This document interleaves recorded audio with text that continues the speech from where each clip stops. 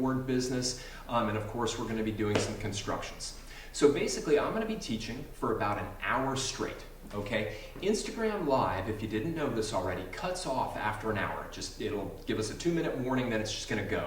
We're not blocking anybody at all on that. It's just going to stop. We're probably going to take about a minute where we have to get it all going again, and then we'll be right back. So right around, what would it be, 7 o'clock? If I can add 1 hour to 6 o'clock, right around 7 o'clock, we're going to have to cut. Okay, then we'll be right back. I'm going to just pick it right back up. Probably if we're in the middle of a problem, I'll just keep going and finish it. We'll go for another hour, and at 8 o'clock, in theory, we're going to be done. Now, last night at 8 o'clock in Common Core Algebra 2, we weren't done. We had a lot left. My suspicion is we'll probably have some left tonight too. The latest we're going to go, is 9 o'clock. That's going to be it. And I hope it doesn't get overly rushed. Look, at the end of the day, I'm going to get through as much as I can get through, and I hope that it's valuable for you. Literally, every single thing that I have up here is something that people wanted to see tonight, all right? So we're going to go through a lot. I'm going to try to talk as quickly as I can without losing you, and of course, I'm going to try to hit the high points. Couple last things. Number one, many of you asked for topics like orthocenter or apothem. I had to look that one up. There are certain topics that your geometry teachers may have taught you that simply won't be on this exam. And I think things like the orthocenter are a really good example of that. That is nowhere to be found in the Common Core curriculum. Now, saying that, the Regents people, the people that write those tests, can sometimes make horrible mistakes and put things on the exam that shouldn't be there. But orthocenter, circumcenter, incenter, apothem, law of sines, law of cosines, none of those have ever shown up on the Common Core Geometry Regents exam. I will say there were some problems where law of sines would be helpful, but I don't think that we're going to be doing that tonight, and I apologize. I have never seen any problem where the law of cosines would be helpful on the Common Core Geometry exam. All right, so that being said, let's get into it. We're going to rotate the camera horizontal so that you guys can see the screen a little bit better. We're going to turn comments off so you can see the screen a little bit better. I promise there will be another chance to comment once we get to our stopping point, all right? So let's do it. Let's start reviewing some geometry. Okay, now the first thing that we're going to get into is we're going to talk about rigid motions and congruence. I got to get my pen, sorry about that. We're going to talk about rigid motions and congruence. Rigid motions and transformations are a huge part of this course. In fact, right, they are sort of the biggest new thing in Common Core geometry versus geometry kids may have been taking as recently as 3 years ago. All right, now, in terms of transformations, there's only 4 you really have to worry about, right? Translations, taking an object and just shifting it, not allowing it to rotate at all or flip, just moving it in one direction. All the points are moving in one direction a certain distance. That's a translation. Then you have a rotation, which is objects that are rotating by a certain angle about a fixed point. Then you have a reflection, line reflection, where you take all points and you flip them across a line so they are equidistant on the other side of the line now. And finally, dilations, okay? When you take an object and you sort of either stretch its size or you shrink its size, but you maintain its shape. Of those 4, the dilation you kind of put off to the side. In fact, we're not going to do any real dilations here, but they are going to show up a little bit in the problems as a choice. And of course, the thing you should know about a dilation is that it's not a rigid motion. A rigid motion is a transformation that does not change the shape nor the size of an object. The shape nor the size of an object. And that's why it has something to do with congruency, or 2 objects being congruent. In fact, one of the things you're supposed to know about rigid motions is that we will be able to justify that 2 figures are identical if we can find a sequence of rigid motions, translations, rotations, and reflections, which will map, literally put one of those figures on top of the other, okay? So let's kind of get into it. Let's start doing Regents questions. We're going to start off with June of 2015.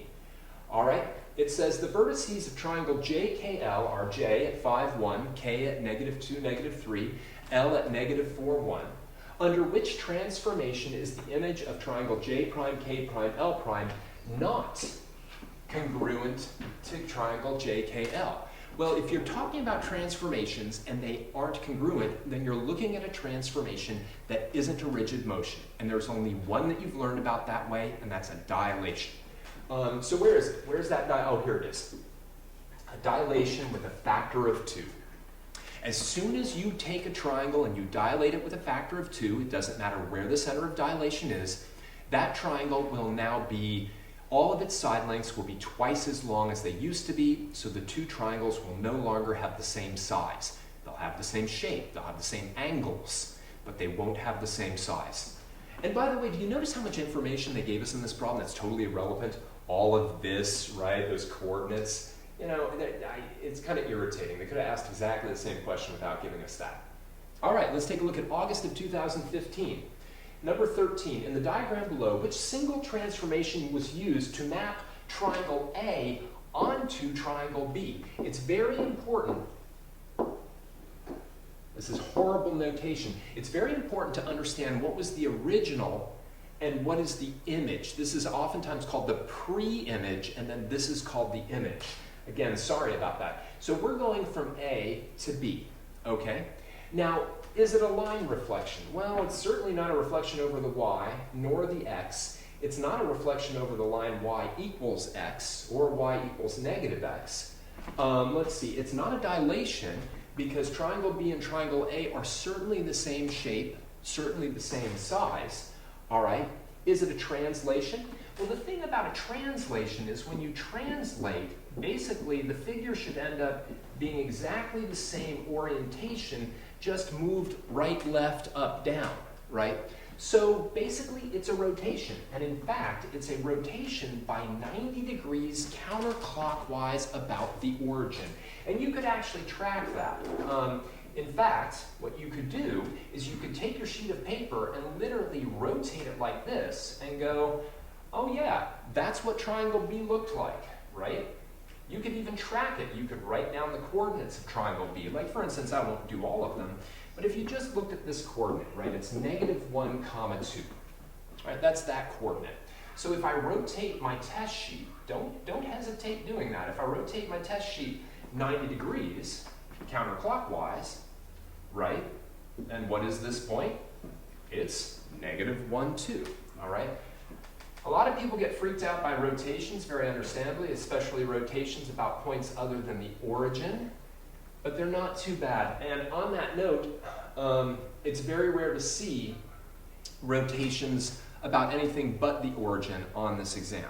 Anyway, let's keep going. June of 2015. In the diagram below, congruent figures 1, 2, and 3 are drawn. Which sequence of transformations maps figure 1 onto figure 2, then figure 2 onto figure 3? So I'm looking for a transformation that maps this onto this, and then this onto this. Well, to go from 1 to 2, all right, all we're doing is shifting. We're just translating this to the right and slightly up. Whoops, that's not where C went. C went here. If you measured every one of these arrows I'm drawing, every one of those arrows would be the same length and they'd all be parallel, okay? Because that's the idea of a translation. We're moving a given distance in a given direction every point on the figure. So it's a translation followed by something, which means these two are out. So is it a translation followed by a reflection, or is it a translation followed by a rotation? All right, well, here's something that's kind of interesting about reflections. If you take an object that has letters going around it, and you do a line reflection, those letters will change their orientation. And what I mean by that is if originally the letters went, let's say alphabetically clockwise, after a reflection, they will then go alphabetically counterclockwise. So let's just take a look at this, whatever it is, sorry, a hexagon. Let's look at the hexagon number 2, okay? It goes like this in case the screen is too small. A, B, C, D, E, F. So in alphabetical order, we're going around that hexagon clockwise. Now let's take a look at this. Here we've got A, B, C, D, E, F. We continue to go around this hexagon clockwise. So we're going clockwise and we're going clockwise, which means to go from 2 to 3, we could not have done a reflection. Reflections change the orientation of the figure. Some of your teachers may have used the term opposite isometry, but let's not worry about that term. It's not on the Regents exam. So this cannot be a reflection. It's got to be a translation followed by a rotation. And in fact, it is. Right? If we take this thing and we rotate it 90 degrees down, it'll be down here. All right? Let's keep going. All right, now sometimes, not a lot, I haven't seen much of it, but sometimes you have to deal with transformations in symbolic form, where they literally say, hey, I'm going to take the point x comma y, and I'm going to move it to the point blah, right? So here we've got all these different rules, okay? All these different symbolic rules. And number 5 on January 2016 says, which transformation would result in the perimeter of a triangle being different from the perimeter of its image? Now again, think about this. If rigid body motions don't change the shape or the size of the figure, then they certainly don't change its perimeter, the distance around it, right? That would be kind of on that size idea, right? So if we're looking for one of these 4 rules to not have the 2 perimeters be the same, then of course what we need is a dilation again. So we look at them, right? What is this one? When we take the coordinate points and we flip-flop them, we have xy gets mapped to yx. That's a reflection across the line y equals x. How about this one, where we have xy is x negative y? Well, if I take a coordinate point and I leave the x coordinate alone, but I negate the y coordinate, it's a reflection across the x-axis.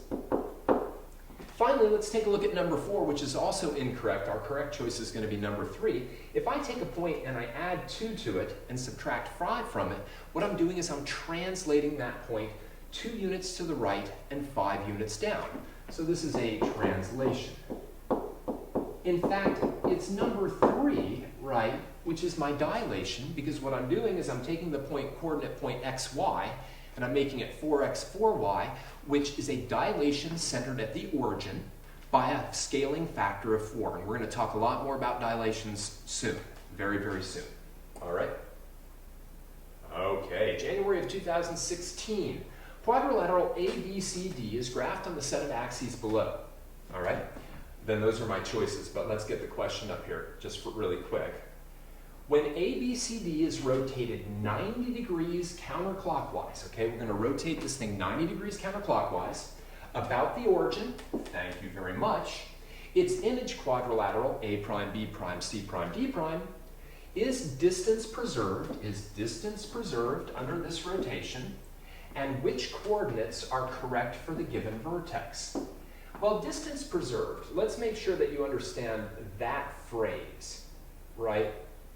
All rigid body motions preserve distance, which means if I've got point A and I've got point B, and I reflect them, reflection is a rigid body motion, then the distance between point A and point D remains the same. If it didn't remain the same, it would either change the size of a geometric figure or the shape of a geometric figure, and then it wouldn't be a rigid body motion, okay? Rotations are the same way. When I rotate something, it preserves distance because rotations are rigid body motions. I mean, think about it. If I take this pen and I rotate it, the distance between the tip of the pen and the end of the pen didn't change. It preserves distance. So immediately, we eliminate these 2 choices, and that's exceptionally nice because I don't want to have to think about the coordinates of all these things. Now, how do I decide between these 2? Well, it's a piece of cake. What I'm going to do when I'm taking the Regents tomorrow morning is I'm going to take my sheet and I'm going to rotate it counterclockwise by 90 degrees. Now, it's really important you rotate it counterclockwise and not clockwise. And here's why. This is now point A prime. And we can look at its coordinates. It's at 1, 2, 3, 4, 5, 6, -6, -2. So A prime is at -6, -2. All right? B prime, which is up here, this is B prime, is now at 1, 2, 3, -3, 1, 2, 3, 4. B prime is at -3, +4. right? So we look at these two choices, yes, and A prime is at 6, 2. Well, no, A prime is at -6, -2. Yes, and B prime is at -3, 4. Yeah, that's my winner. There it is. Now here's why I was emphasizing that you must turn your sheet counterclockwise, because if you turn your sheet clockwise, or you use some kind of rule that you memorized, now point A prime is at 6, 2, and you've done the wrong choice, okay? So watch those directions when we're talking about rotating about the origin. They shouldn't be too bad. All right, June 2016, number 4. Which transformation of OA, just a nice segment, we're just taking a segment OA, would result in an image parallel to OA? Good. Well, a translation of 2 units down. If we translated this thing 2 units down, right? That's actually our winner. All right, I almost hate it when the right choice is number 1, because I really want to talk about choice 2, 3, and 4. But more to the point, translations preserve parallelism. In other words, if I take a line segment or a line and I translate it, I just move it, all the points are shifted on that line, then the line that is then produced is parallel to the original. The only exception to that is when I have a line that I translate along the line itself, and then if I have a line that's translated in the direction of the line, it's just the same line, right? Because it extends infinitely. Anyway, let's keep going.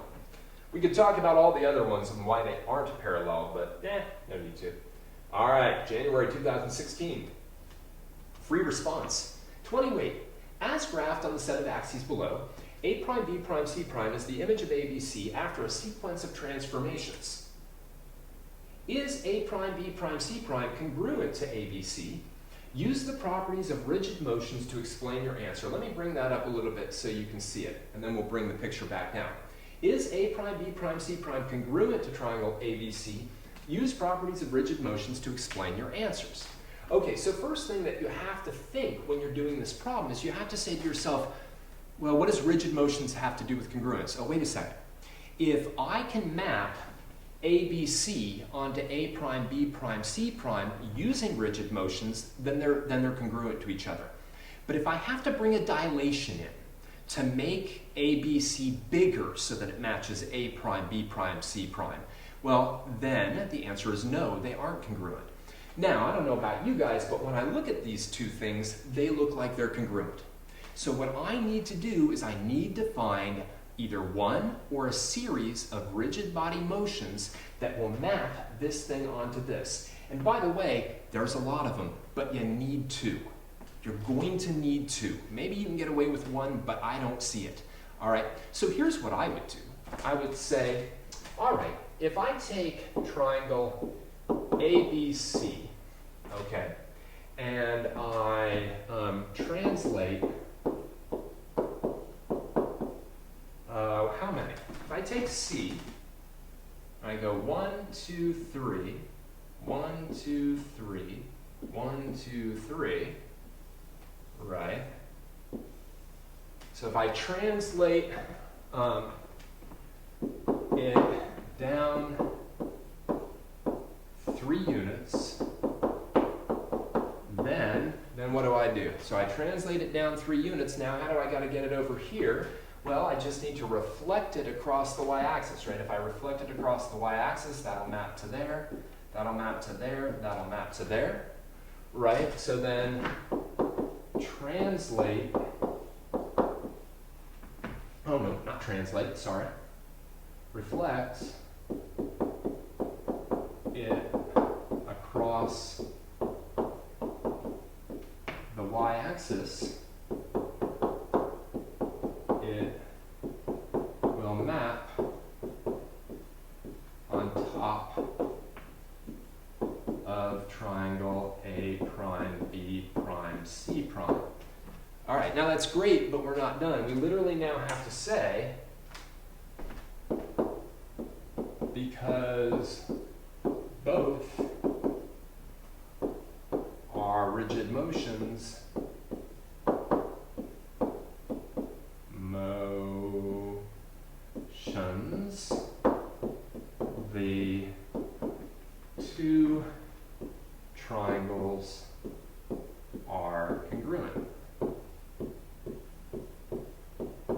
The mystery of the red pen.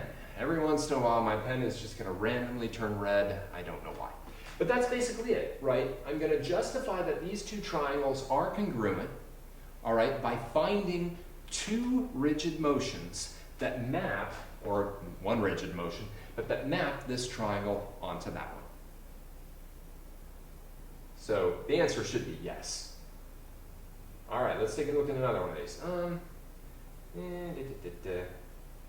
You know what, I think that we've beaten that one. I think we should move on, just for the sake of time. Now, there's one more thing. So basically, what do we know so far? What we know so far is that you have to be able to name the four types of transformations. You have to know that dilations aren't rigid motions. You have to know that rigid motions justify congruence by being able to map one figure on top of another. Okay? That's really, really, really, really critical. And you have to know the reflection, the rotation, and the translation. But there's one other piece with transformations that is, I have seen on every single Regents exam. And that's when you map a figure onto itself. And this is a really cool idea in mathematics. It's called symmetry. Okay? And you guys remember symmetry from, 8th grade and things like that, but it was always reflective symmetry. It was always like, hey, it looks the same on this line as it does on this line. Well, what symmetry really is typically when you take either a reflection or a rotation and you do that to an object and it ends up landing on itself, okay? It ends up landing on itself. So let's take a look at a few of those symmetry problems. June 2015, which regular polygon has a minimum rotation of 45 degrees, and look at this wording, to carry the polygon on itself? In other words, if I take this polygon and I rotate it about its midpoint, it's like the point right in the center, and I rotate it by 45 degrees, it'll land on itself. Well, for a moment, what I'd like to do is I'd like to look at an incorrect choice, So the hexagon is going to be this is wrong. It's not the right choice, okay? So if I have a regular hexagon,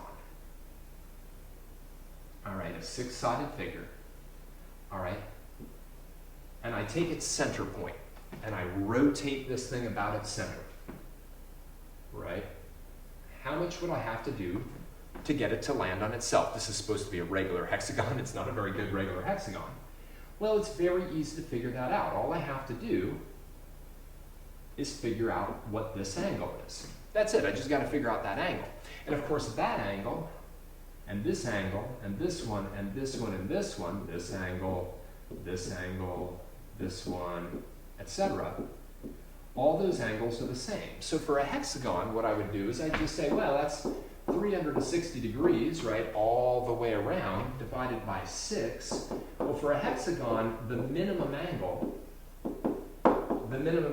is 60 degrees. For a hexagon, it's 60 degrees. And you can always find the minimum angle that it takes to rotate a regular figure, whether that's a square or a regular pentagon or a regular hexagon or septagon or octagon or whatever, by simply taking 360 and dividing by the number of sides.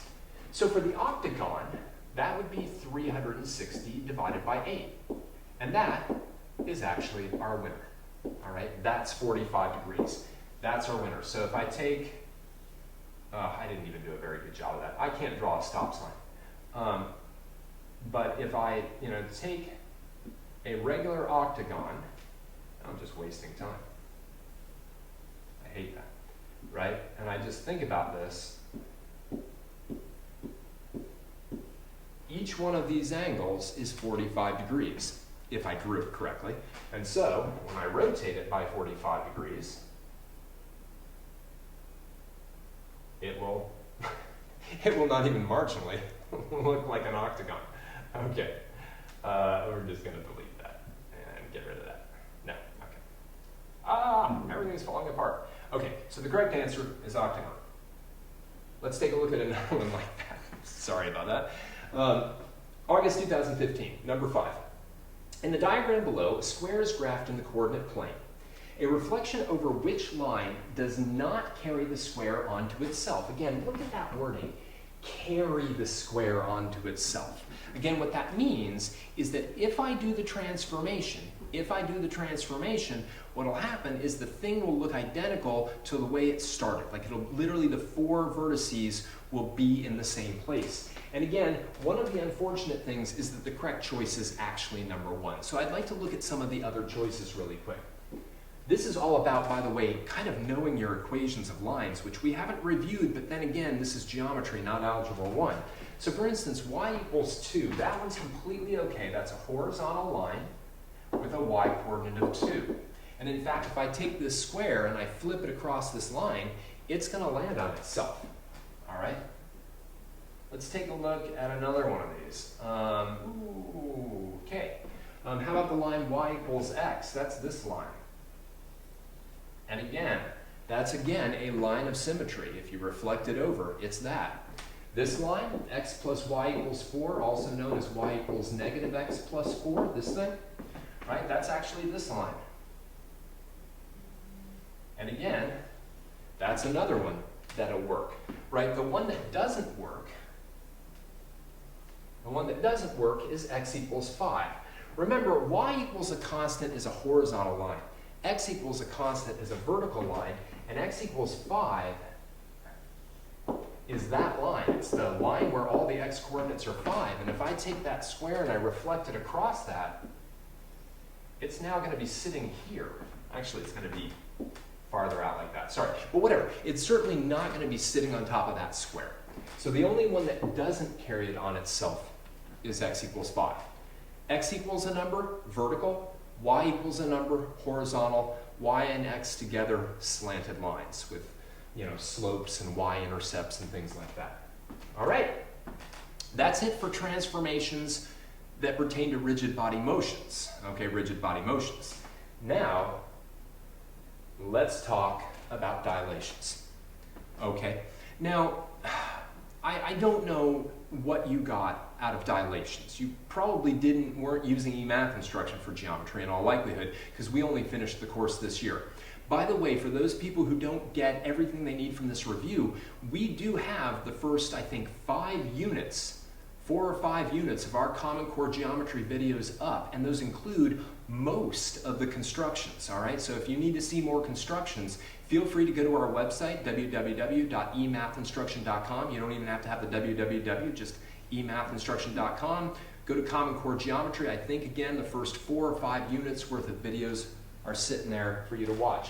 But let's talk about dilations, because a lot of students will basically learn how to do a dilation in the coordinate plane centered at the origin, and that's it. But they expect you to know way more about dilations than that. In fact, they expect you to understand the general gist. And here's the general gist of dilations. Look, you got some point A, and you got a center point C, okay? And the distance between them is CA or AC, whatever, right? You know how we use the 2 letters to denote distance.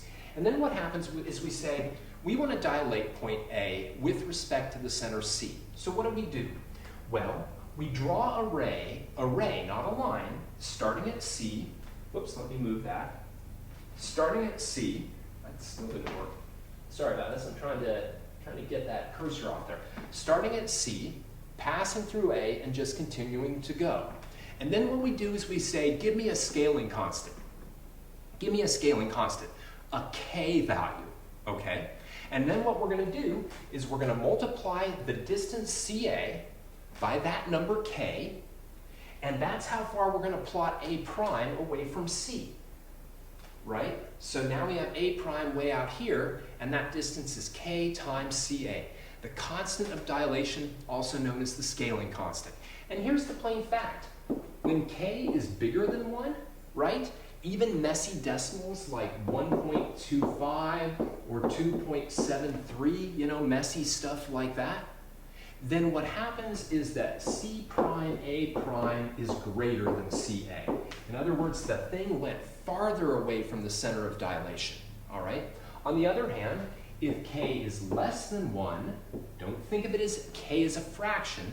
If K is less than 1, so K is 0.5 or K is 0.1 or something like that, then you're getting closer to the center of dilation because the distance is getting smaller, right? This is very similar to exponential phenomenon from last year, but let's not worry about that. Okay, but that's it.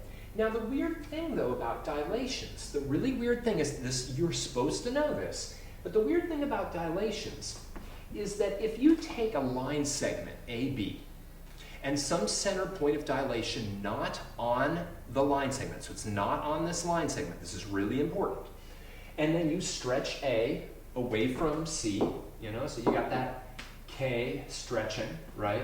And then you stretch this one by K as well. The weird thing is that the length of AB gets stretched by the exact same constant that these 2 points did as well. So this length ends up being K times this length. So that's one really important thing you're supposed to know about dilations. And the other thing that you're supposed to know is that this image segment is parallel to this one, okay? And again, this is really critical, and you don't really get this out of just, hey, I'm going to take a point in the coordinate plane and multiply both x and y by k. You don't get any of this stuff with that, right? Unless you really are looking at the pictures. And finally, very, very important, angles are preserved. Now that last one, angles are preserved, is a direct result of this parallelism, okay? But whatever, all right? The image of a segment is stretched just as much as the endpoints of the segment. The 2 segments are parallel, the original and the image segment, and angles are preserved. Now, one last piece and then we'll get into the regions problems. And this is an important piece. In this case, the line segment that we were dilating, the center point wasn't on the line segment. What if it is? What if you've got a line or a line segment where the center point is actually on the line segment? So here we've got segment AB, right? And point C, the center of dilation, is on it. Well, if I stretch B prime away from B, and I stretch A prime away from A, notice that A prime B prime just lies on exactly the same line that AB did, okay? So when the center of dilation lies on the line itself, and you stretch all the points on the line in the direction of the line, it's just the same line. Now the segment itself still gets longer. I mean, if that's segment AB, then that's segment A prime B prime, and again, segment A prime B prime will be K times the length of segment AB, right? That's always that K business going on. So now with that, let's do some problems. Okay, here we go, January 2017. On the graph below, point A, 3, 4, BC with coordinates 4, 3, and C, 2, 1 are graphed, all right? The question is, what are the coordinates of B prime and C prime after BC undergoes a dilation centered at point A with a scale factor of 2? A lot of people are very concerned, very, very concerned about dilations in the coordinate plane where the center wasn't at the origin. But watch how easy this is going to be if I've got my ruler. All right, well, let's just do it. I'm going to put my ruler at A, and I'm going to, remember, I'm just like doing a dilation, right? And the way that a dilation works is that you get this ray, right? And then you have to put B prime twice as far from A as it originally was. Well, you know, without getting into distance formulas and stuff, how far is B away from A? Well, it's like 1 diagonal unit. So where is B prime going to be? It's going to be 2 diagonal units away from A. So there's B prime. Whoops, that didn't look like a prime. There's B prime, nice and big. Now, where's C prime going to be? Well, again, if I put that there, and I rotate, and I draw my ray, I get rid of my ruler, right? Now I need C prime to be twice as far from A as C was. Well, what did I do to get to C? I went down 3 into the left 1. If I go down 3 into the left 1 again, right, then that's how far C prime is going to be. Think about it. Yeah, I got that, and then I got that, right? Just the same amount. So where's C prime? C prime is at 1, -2. Where is B prime? B prime is at 5, 2. And why do they keep choosing ones where the correct answer is the first one? I don't know. But it is what it is. Choice 1. Now again, the way that you know that is by basically knowing what a dilation really is, which is I got a center point, I draw through, you know, a ray through the point that I'm dilating, and then I just slide that point along that ray so that it's a distance away from the center point equal to the scale factor times the original distance. And oftentimes when you're doing things like this, the scale factors are nice. 2, 3, 1/2, 1/3, stuff like that. So let's keep going. Bye-bye, ruler.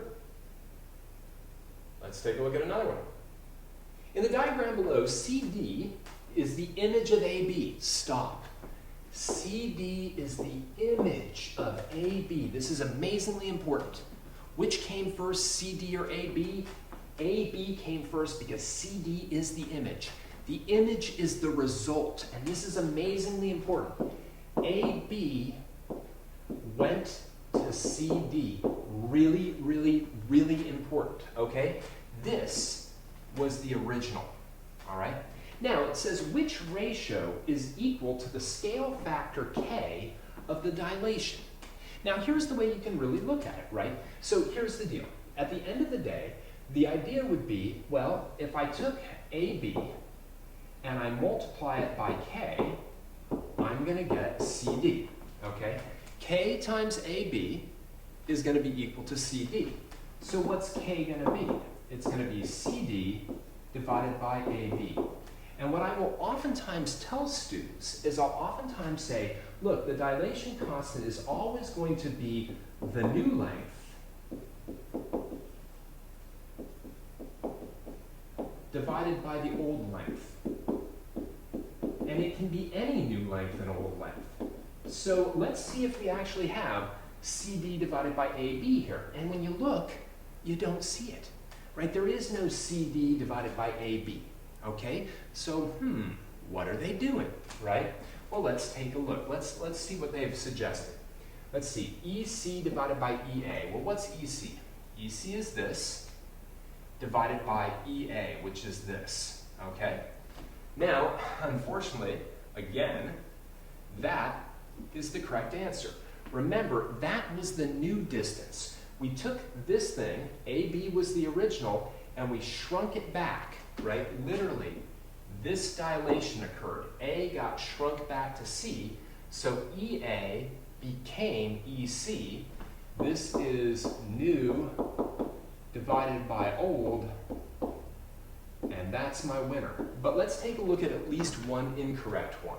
Okay, I'm going to just sort of delete this stuff for a minute. Bye-bye.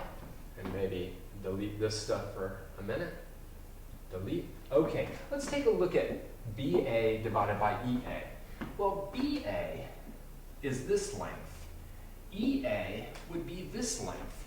They're not even what are called corresponding sides, right? The new length that corresponds to AB is CD. You know, if anything, it would be CD divided by AB. So no, not at all. All right, the one that's a little bit tricky, the one that could slip you up is this one. EA divided by BA. Let me kind of draw that a little bit bigger. All right, and the reason that that can slip you up is that EA is that length, right? No, not EA divided by BA. That's not the bad one. It's EA divided by EC. I apologize. This is the one that's tricky. And it's tricky because EA and EC are corresponding sides, but EA divided by EC is in the wrong direction. That's old divided by new. We always want the image length divided by the original length. And the original length was EA, and the image length was EC. New divided by old to get that dilation constant. Doesn't matter whether K is bigger than 1 or less than 1. Let's take a look at one that's related to this. August 2015, number 23. In the diagram below, triangle ABE is the image. Okay, again, ABE. ABE is the image of ACD after a dilation centered at the origin. Dilation centered at the origin. The coordinates of the vertices are blah, blah, blah, blah, blah. I don't need to read all those off, right? They're there. And now it asks me for the ratio of the lengths of BE divided by CD. So it wants to know, what is BE divided by CD, right? The ratio of BE to CE, numerator divided by the denominator. All right, well, here's the thing.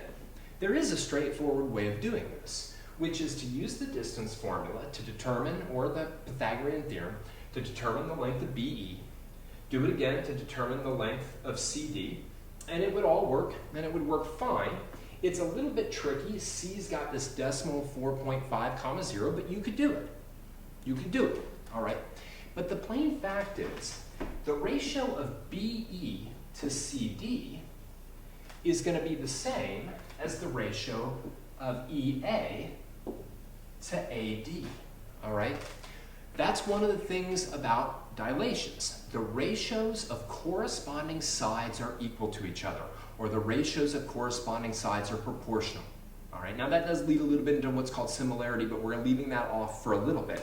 So instead of doing BE divided by CD, I'm now going to just get rid of this. I'm going to now say, well, that's exactly the same as EA divided by AD. And the great thing about that is that EA is very simple. It's 4. All right, AD is also simple. It's 6. And of course, 4/6 reduces to 2/3. And I'm continuing my streak on multiple choice questions of always having ones where 1 is the right choice. I didn't do that on purpose. But it's kind of it's an interesting mathematical problem. You know, what is the probability? That was last night. Not tonight, no probability here. All right, let's take a look at another one. August 2016, number 6. The image of triangle ABC after a dilation of scale factor k, centered at point A, is triangle ADE, shown in the diagram below. All right, so whatever, I took this triangle. All right, I fixed this point, that's my center. And then I stretched out B so it went down to D. And then I stretched out C so it went out to E. Great, wonderful. Which statement is always true? Let me kind of bring this up a little bit. We don't really need it. It says that 2 times AB is AD. Well, it sure looks like that way on the picture, doesn't it? Except they didn't tell me the scale constant was 2. Just because it looks like it's been scaled by 2 doesn't mean it's been scaled by 2. There's absolutely nothing in this problem.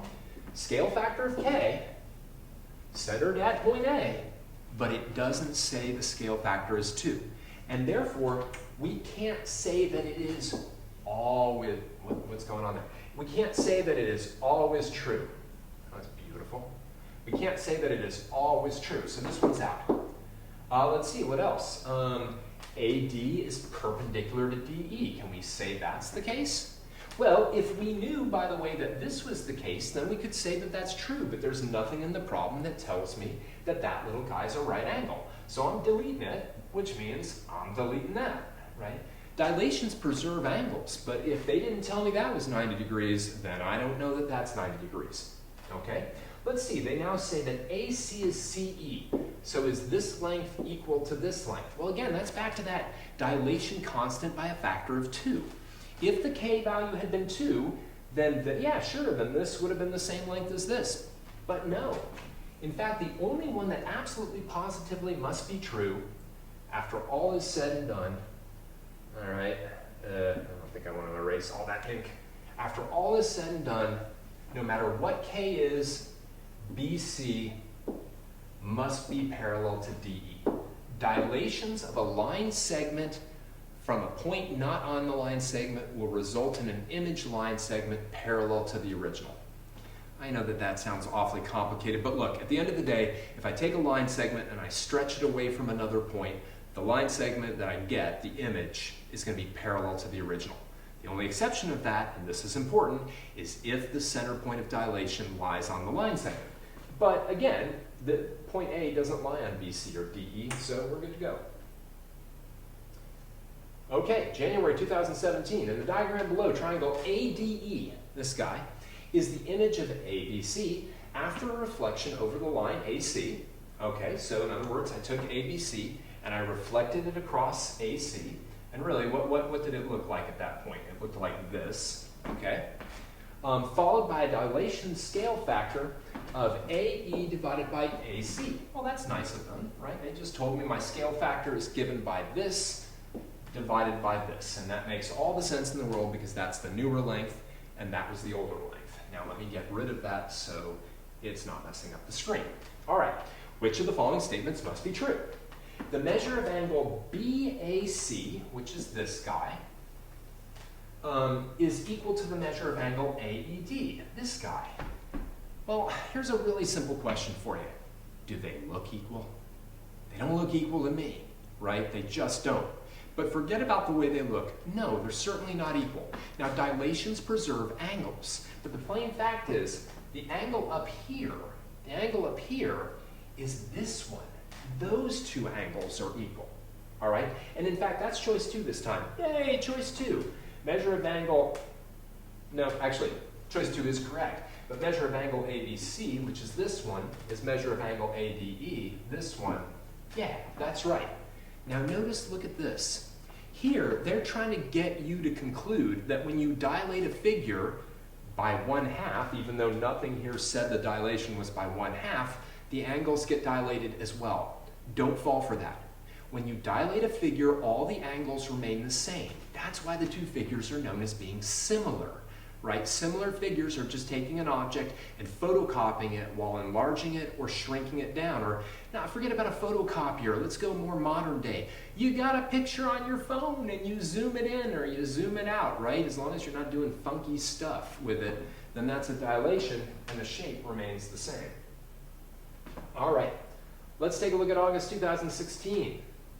All right, line segment A prime, B prime, whose endpoints are 4, -2, 16, 14, is the image of AB, okay? So this thing was the image, okay? After a dilation of 1/2 centered at the origin. What is the length of AB? All right, well, you've got a bunch of different options here, right? This thing is the image, right? This thing is the image. And what we did is we got that image after dilating the original one by 1/2. So either we can take these two and sort of undilate them by multiplying by 2, or we can find the length of this segment first, then multiply by 2, and we'll have the original. I think that's the way I'm going to go, and I'm going to use the distance formula. Here we go. The distance between these 2 points, right? The distance formula is just the glorified Pythagorean theorem. It's this x minus this x, hello red, squared, plus this y minus this y. Watch out, that's minus a -2. Yeah, red pen, sure, get out of there. Squared, all right? So that's going to be the square root of 16 minus 4, which is 12 squared. Then here we've got 14 minus 2, which is 16 squared. All right, handy dandy calculator. When necessary, we'll go over to 12 squared plus 16 squared equals the square root of 400. I knew it had to come out nice. All these answers are nice, which is 20. Now remember, that's the length of my image, right? The length of the original one then had to be twice that because my image had been scaled down by a factor of 1/2. Therefore, the correct answer is 40. We've got 10 minutes before the top of the hour. 10 minutes before the top of the hour. So in 10 minutes, the video stream is going to cut, but we'll give you another warning about that eventually. We got to move, man. We're almost done with an hour. This is important stuff, though. There's lots of this stuff on the exam. Otherwise, I wouldn't have this many questions. June 2016. The line 3y equals -2x plus 8 is transformed by a dilation centered at the origin. Which linear equation could be its image? Well, here's the thing, okay? When you have a line that's dilated, and it doesn't matter whether it's dilated through the origin or dilated somewhere else, the plain fact is those two lines have to have the same slope because they have to be parallel. So what we're really looking for here is we're looking for a line that has the same slope. Now, what hopefully you're comfortable with is you have to be able to rearrange each one of these equations, all 5 of them, very quickly to be able to see the slope. So for instance, the most important line of all, this guy, 3y equals -2x plus 8. Wow, the red is going crazy tonight, right? This is my slope. My slope that I'm looking for is -2/3. Maybe I should take the red pen down. I don't know. So I'm looking for a slope of -2 divided by blue 3, right? Well, let's take a look. Let's take a look at this guy where we have 2x plus 3y equals 5, right? Well, if I subtract a 2x from both sides, I get this. and then I divide both sides by 3, and I have a slope of negative 2/3. Yeah, it's choice 1. So annoying. This one, by the way, would have a slope of positive 2/3, so that would be incorrect. This one would have a slope of negative 3/2, that would be incorrect. And this would have a slope of positive 3/2, and that would be incorrect. The plain fact is when I dilate a line, a non-vertical line, whatever its image line is, has to have the same slope. It's got to have the same slope. All right? But let's do one more. That's let's go with this one. Okay, free response. Line L is mapped to line M by a dilation centered at the origin. That's good. Wow. With a really, you're blue. You're blue. You're blue. With a scale factor of 2. This is important. All right. The equation of the line is 3x minus y equals 4. Okay. If I hide it down here. 3x minus y equals 4. Determine and state an equation for the line. All right, well, let's think about this for a second. First off, right, we should feel very comfortable with writing equations of lines in y equals mx plus b form, where this is the slope, oh well, so much for hiding the red, and this is the y-intercept, okay? So first thing that I know is that whatever my equation's going to be, it's going to have the same slope as this thing. So let's take a look at that equation just for a second. 3x minus y is equal to 4. If I rearrange that, I'll get negative y equals negative 3x plus 4, and y is equal to positive 3x minus 4. So what I know for certain, right, is that the slope of my new line, this thing, right, has to be positive 3. My only question is what my y-intercept is, but it's simple, and here's why, right? This line, my original line, has a y-intercept of negative 4, and then it's got a slope of positive 3. It's down here at negative 4.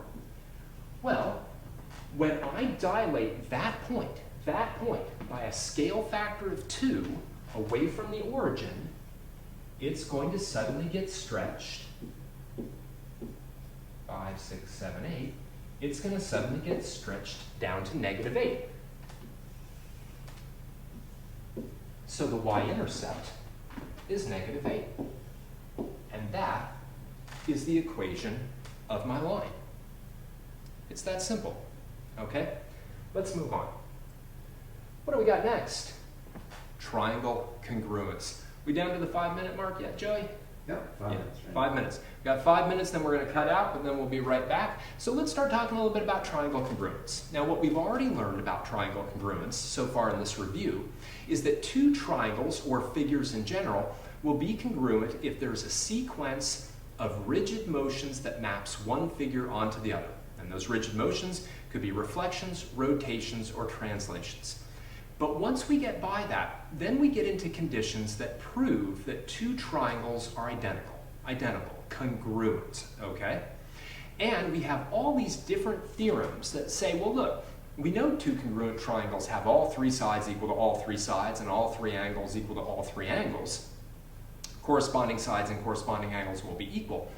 But we don't need to know all of that to prove two triangles are congruent. In fact, if we know that 2 sides of one triangle are equal to 2 sides of another, and the angle in between those 2 sides, the included angle, are equal, then the triangles are congruent. Or if we knew 2 angles of one triangle are equal to 2 angles of another triangle, and the side in between them is congruent, then the 2 triangles are congruent. Or if 3 sides of one triangle are congruent to 3 sides of another triangle, the triangles are congruent. Or if any 2 angles of one triangle and then a side is congruent to any 2 angles of another triangle and a side, then the triangles are congruent. And the one that only applies to right triangles, if you have 2 right triangles whose hypotenuses are equal and one pair of legs is equal, then they are as well congruent right triangles. All right, so let's get queued up and ready to go. We're probably almost out of time, but let's see what we can do on June 2015, problem number 24. Which statement is sufficient evidence? Sufficient basically says enough.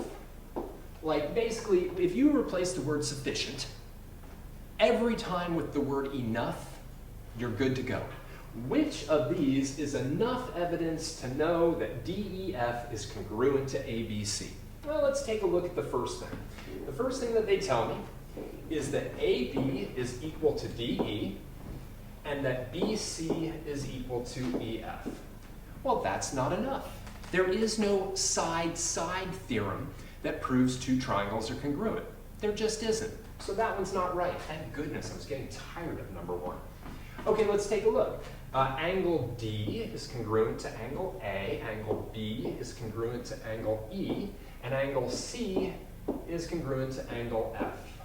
Nope, there is no angle theorem of congruence. There is an angle theorem of similarity, but nope, this one could be 5 times as large as this one and therefore might not be congruent to it. But they look the same. I don't care.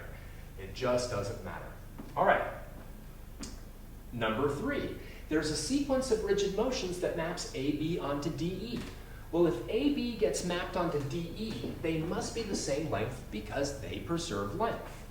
Let's see, there's another one that maps BC onto EF. Well, they must be the same length.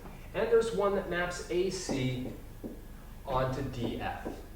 Well, that means that must be the same length, but that means I've got side, side, side. And that's my winner, even if one of the sides is red. It's got to be the shirt, right? The shirt's attracting it, I think. All right, folks, we're just about done. So what we're going to do is we're just going to end the live stream, okay? And then what happens is we're just going to reboot ourselves up. So don't worry about it. When we suddenly go dead in a moment, we're going to turn ourselves right back on. So Joey, do you want to turn it off? And then we'll come right back. Be back in a second. Okay. Do you want to go back horizontally? I'm going to grab a drink. Yeah. Let's keep it this way. Yeah. I just want to keep going. Yeah. 27,001 viewers. I got Really? to picture that. That's bonkers. That is bonkers. Wow. I just love the one on there. Yeah, that one's pretty great. By the way, I got all sorts of weird direct messages from people that were like, I am from Thailand. English, not great. Love watching your math. You know what I mean? And I'm like, It's got to be the okay. top live thing. Yeah, it's the top live thing. It I just totally looked is. at it. You were on there. Nice. All right, let's do it. Here we go. Boom. Start live video. It's thinking about it. It is live. And we're back. I hope we're back. Yeah, I gotta turn comments off. Yeah, I mean, we should turn comments off. Yeah, go ahead. You can turn them off. I'm still waiting for my own feed to come back on. It's amazing. I got like a monitor here, a monitor back there, a monitor over there. I get to watch myself watching myself. It's nuts. It drives me nuts, actually. And of course, I'm not even getting my live feed here. We're giving you guys a moment because, of course, you have to follow me again, and you might be having the same problem I am. I'm trying to watch myself on my son's phone. He is so sick of me using his phone. There we go. Okay, I've got his phone back. Hopefully you're all coming back to me as well. So we're going to, again, give you about a minute. Trust me, when we get close to the 8 o'clock hour, we'll cut out of the live yet again, and then we'll come back on. And at that point, we'll turn the camera vertical. We'll give you guys like 5 minutes or so. We've got a nice special announcement about the 10,000th follower. So if you think you were my 10,000th follower, that's what we hit today, then cool. And by the way, in that first live session, when we stopped, it said that we had literally 27,001 unique viewers, which I find very strange, the +1. But hey, guess what? You're the +1 if you were the last person to join in on that. All right, hopefully we're all ready to go. Let's just tell them to do the hat. Yeah, we're going to get to it eventually. I promise you, at 8 o'clock, we're going to celebrate the 10,000th person. I hope that you are still with us at that point, whoever the 10,000th person is. I'm just kidding, it's my son. He just finally followed me today. He's not my son. Anyway, so let's take a look at another problem. Okay, what are we doing right now? Oh, that's right, we're doing dilations. Okay, no we're not. We're doing triangle congruence. Silly me, we spent so much time on dilations. June 2016. 2 right triangles must be congruent if Well, let's draw two right triangles that look congruent. All right? Now, one thing that's awesome about right triangles is you already have an angle equal to an angle. All right? I know that one looks smaller than that one. Just give me a break. There's bright lights. Anyway, an acute angle of each triangle is congruent. So let's say I knew this, and that's all I knew. Well, again, that's angle, angle. And that would be enough to prove that this triangle is similar to this triangle, but not enough to show that they're congruent. So let me get rid of that. Okay, not choice one. Choice two, the lengths of the hypotenuses are equal. Well, still not enough, right? I got an angle equal to an angle and a side equal to a side. It doesn't matter that the side is a hypotenuse. It still just doesn't get the job done. By the time I'm done with these right triangles, I'll have nothing left. All right, so gone, gone. Number three, the corresponding legs are congruent. All right, so this leg corresponds to this one, and this leg corresponds to this one. Is that enough? Well, yes. It's not hypotenuse leg, but nobody said we had to use hypotenuse leg. In fact, these two right triangles would be congruent by side angle side.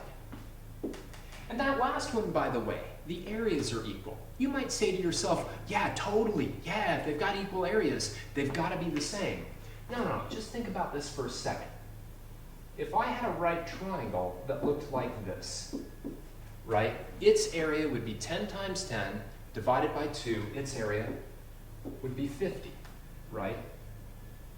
But let's say I had one that looked like this. Right? Well, 5 times 20 is 100, divided by 2 is an area of 50. So equal areas most certainly does not mean that the two triangles are congruent. Don't get me wrong. If the two triangles are congruent, they have equal area. But if they have equal area, they don't have to be congruent. That can be some tricky logic. Let's move on. Aha, June 2016. Number 19, line segment EA is the perpendicular bisector of ZT. Perpendicular bisectors are amazingly important in geometry, amazingly important because they're a twofer, right? They're a 2-for-1, right? Not only is this thing bisecting ZT, meaning this and this are the same length, but it's perpendicular, meaning that these two things are equal. Or these two things are right angles, which means they're equal, but whatever. All right? It says ZE and TE are drawn. Really? They're drawn? Oh, that's nice that they told me that they were drawn. Anyway, let's get back to this. Which conclusion cannot be proven? Cannot be proven. All right? EA bisects angle ZET. Well, wait a second. Why would EA have to bisect this angle? Well, it would have to bisect ZET if these two angles are equal. Well, are those two angles equal? Absolutely. And why are they equal? Why can they be proven to be equal? They can be proven to be equal because these two right triangles, and we know they're right triangles because this was the perpendicular bisector of this, share this common side. So this triangle and this triangle are identical. And by the way, they're identical by side angle side, just like in the last problem, but these two things are identical. So we can use CP, corresponding parts of congruent triangles are congruent, to say, yeah, this angle is equal to this angle. So that bisects it. Triangle EZT is equilateral. EZT is equilateral. Of course, you all know that equilateral triangles mean that all three sides must be equal. Well, one thing I can certainly conclude is that this side is equal to that side. That's again CP reasoning. But is there any reason why this side would have to be the same length as this one and this one? And the answer is no, right? There's absolutely nothing about the fact that EA is the perpendicular bisector of ZT that tells me that this length is equal to this length is equal to this length. In fact, the picture is misleading because it kind of looks like that, but you could easily have a perpendicular bisector like this, right? and then this side is much shorter than either of these two. So this is our winner. There's no way to conclude that. But I'd like to take a look at the other two choices just really fast because they help us review a little bit of terminology. Number 3 says EA is the median of triangle EZT. Is a median. Sorry, there's always 3 medians. And the answer is absolutely right. What is a median? A median is a line segment which is drawn from a vertex to the midpoint of the other side. So I know that EA is a median because I know A is the midpoint of ZT. A is the midpoint of ZT, so EA must be a median. So I would know, I'd be able to conclude that too. And angle Z is congruent to angle T. Well, yes, definitely. That's again CP-CTC. Now you might say, well, I know that because I know that this is an isosceles triangle and base angles of an isosceles triangle are equal. And yeah, absolutely. But at the same time, those angles are equal because these two triangles are congruent to each other by side angle side. All right. One last one. Okay, make this a little bit longer. Bring it back up. August 2016, 22. Given that triangle ABE and CBD shown in the diagram below with DB congruent to BE, I almost said equal. Which statement is needed to prove that triangle ABE is congruent to triangle CBD using side angle side? Only side angle side, only side angle side. Now this is a tricky problem because this consists of what math teachers call overlapping triangles. And sometimes, remember you have 3 hours for this exam, sometimes it's best to unoverlap the triangles. For instance, I can take triangle ABE and draw it separately. And I can take triangle DBC and draw it, whoops, that was not supposed to happen. It was all going so smoothly until that point. This is A, B, E, and this is D, B, C. I'll bring this up a little bit more. All right, now let's mark off what they told me. They told me that BE was congruent to DB. That's not very much. It's not very much. That's a side congruent to a side. Ah, but these two triangles share angle B. And when I say they share angle B, I don't mean they both have a B sitting here. I mean that's literally this angle. By the way, it looks like a right angle, but it doesn't matter whether it looks like a right angle or it looks like a 60-degree angle or a 22-degree angle. The plain fact is that's literally the same angle. So we now have, let me mark that, we now have a side equal to a side, an angle equal to an angle. The only way I can use side, angle, side, is if I find that AB is congruent to BC. Where is that? Right? I think. Why am I not seeing this? AB. Huh. Oh, right. Sorry. There's a little bit extra here. I'm like, oh my God, I can't do this problem. Right. What's missing? Well, what's missing is that I really need this. I need AB congruent to BC. And I'm looking for it, and I'm like, well, look, these two guys are out. That, I don't need two angles equal. But then I'm looking at these, and I'm going, wait a second, that doesn't work. Except this gets into that whole segment addition stuff. Ooh, partitioning proofs, things like that, right? What I need is I want this. Let me actually change to red on purpose. I need this equal to this, right? And the way that I can get this equal to this is if I now know that this is equal to this. These two chunks are already equal, and if I add two equal chunks to them, then I get those long sides that I need equal to each other. So I need AD congruent to CE. By the way, knowing AE is congruent to CD, these two congruent, let's say, and let me get rid of that, and go back, right? That wouldn't get the job done. This is no theorem that's out there. That's got a side equal to a side equal to a side, but the angle has to be in between the two sides. It would have to be that angle. All right? That's it. Now you might say to yourself, wait a second, he didn't do any long proof. I really want to see some long proof. I really don't know how long proof is going to go on here, but you never know. Hey Joey, just as a side note, the cardboard is cutting off a little bit on that particular camera. Not that it matters, it just makes me, you guys are seeing me fine, but there's like a light blocker that we use for our other camera. While I'm thinking about that, before I start to go on to parallel lines, there were a number of people who have asked whether or not we'll be posting this video on YouTube. We will, but unfortunately it'll probably be too late. I'll be honest with you. These videos are monstrous in size. They actually take a while. We record them in 1080. We actually have to then squish that down to like 480. I don't even know what I'm talking about right now, but my producer does. And he tells me these things and I shrug and nod my head as if I actually understand what he's saying. I mean, it's numbers. Who understands numbers? Anyway, not the point. The point is it takes hours to do that. It actually takes like about 3 hours to compress all the video file. Then he's got to load it to Dropbox. I upload it to YouTube. Sure, if we stayed up until about 3 o'clock in the morning, we could have that video there for, you know, the few of you that are actually going to watch things tomorrow morning before you take the exam. It's probably not going to happen. Anyway, it will get up tomorrow, but just not probably in time to help you for the test. I apologize. Let's talk about parallel lines. We're going to get to proof, I promise you.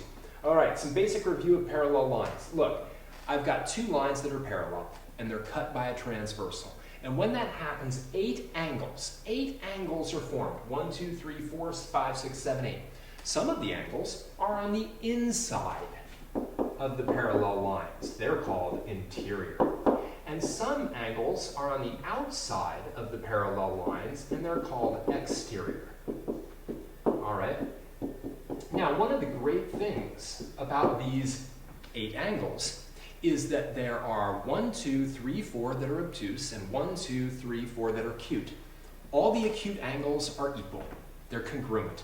All the obtuse angles are equal. They're congruent. Okay? They have the same measures. All right? Better than that, right? Well, let me pause. I was getting ahead of myself. Sorry, too excited. I love parallel lines. All right, so you got interior angles, you have exterior angles, and you have a mouse pointer, which I don't want right there. All right. Now, you've also got other angles that are important. Angle 8 and angle 1 are alternate interior angles. Angle 7 and angle 2 are alternate interior angles. They're on alternate sides on the interior of the parallel lines. And alternate interior angles are equal for parallel lines. That's amazingly important. And better than that, if alternate interior angles are equal, then the lines must be parallel. So these relationships are sort of two-way roads, okay? If the lines are parallel, alternate interior angles are equal. Alternate interior angles are equal. And if alternate interior angles are equal, the lines are parallel. Now just for a minute, I want to erase these. The other piece that you really want to know about parallel lines are what are called corresponding angles. And those are angles that show up in the same place on the T, if you will, right? It's kind of like a T and a T, I guess. Anyway, so for instance, angle 2 and angle 6 are corresponding angles, and they're equal.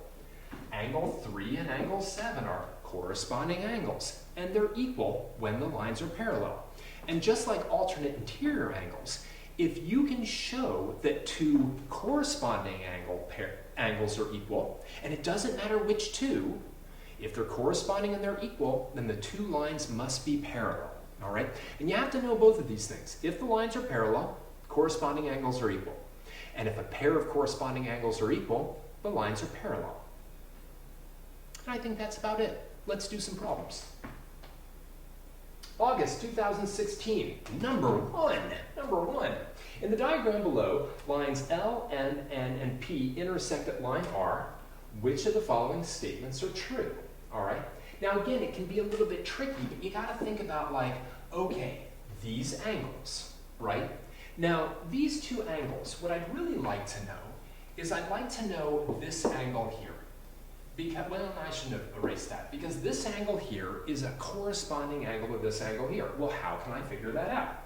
Well, I can obviously take my calculator out, and I can do 180 minus 78. 180 minus 78, and I get 102. Well, since 112 and 102 aren't equal, that line's not parallel to that one. And you're probably saying to yourself, well, they don't look parallel. Actually, I think this problem's poorly designed because the two lines that really look parallel are the ones that end up being parallel. What can you do? Anyway, but let's keep going. So it's L is not parallel to M. All right, well, what else? Maybe this line's parallel to this line. Well, if I figured out what this angle was, right? Oh, by the way, these two angles are both 122, right? Because they're vertical angles. And this angle, again, pretend this line's not there. Just pretend it's not there. That 122 is the corresponding to 112. And because these two aren't equal, these two lines aren't parallel. Let's actually figure out what this angle is right here. Let's do 180 minus 68. Oh, that's 112. And that 112 and that 112 are in the same place on the T. And what do I mean by the same place? Well, I guess they're on the upper left-hand side, right? If I've got sort of like 1, 2, 3, 4, 1, 2, 3, 4, they're both in position 2. So line L and line P are parallel to each other. Okay? Let's take a look at June 2015. Steve drew a line segment A, B, C, E, F, G, B, F, and C, F as shown in the diagram below. Scalene triangle BFC is formed. Just a little comment on this piece of terminology. A scalene triangle is a triangle with three sides that are of different length. That's all a scalene triangle is. That would also mean that the three angles are of different measures. So it's like a scalene triangle is about as diametrically opposed as you can get from an equilateral triangle. And you can certainly have right triangles that are scalene, acute triangles that are scalene, obtuse triangles that are scalene, right? And by the way, the fact that it's scalene, in my mind, has almost nothing to do with this problem. It's very weird. But I think I kind of understand where they're coming from. But whatever. So it says, which statement will allow Steve to prove that ABCD is parallel to EFG? All right, well, let's take a look. CFG is congruent to FCB. CFG is FCB. Well, these are alternate interior angles. Forget about that, it's irrelevant. These two are alternate interior angles formed by a transversal and two lines. If these two things are equal, those two lines are parallel. Let's take a look at one that's wrong. I hate it when choice one's the right choice. All right, so let me kind of get rid of this. Get rid of that. Let's do choice two. Let's just take a look at maybe one wrong choice. ABF is congruent to BFC. Right? This angle is congruent to that angle. No, definitely not. By the way, if this angle was congruent to that angle, well then this line and this line would be parallel. And that would be pretty tricky given that they intersect at point C. So obviously knowing that would not prove that these two things are parallel. In fact, it would be absolutely impossible. All right, so let's move on from that. Okay, I love this one. June 2015, we get into a little bit of free response here. There's no way it can be choice one. In the diagram below, EF intersects A, B, and CD at G and H respectively. GI is drawn such that GH is congruent to IH. When you get something like that, mark it. GH is congruent to IH. And here's something else, right? If you've got two sides of a triangle that are congruent, then that means that this triangle,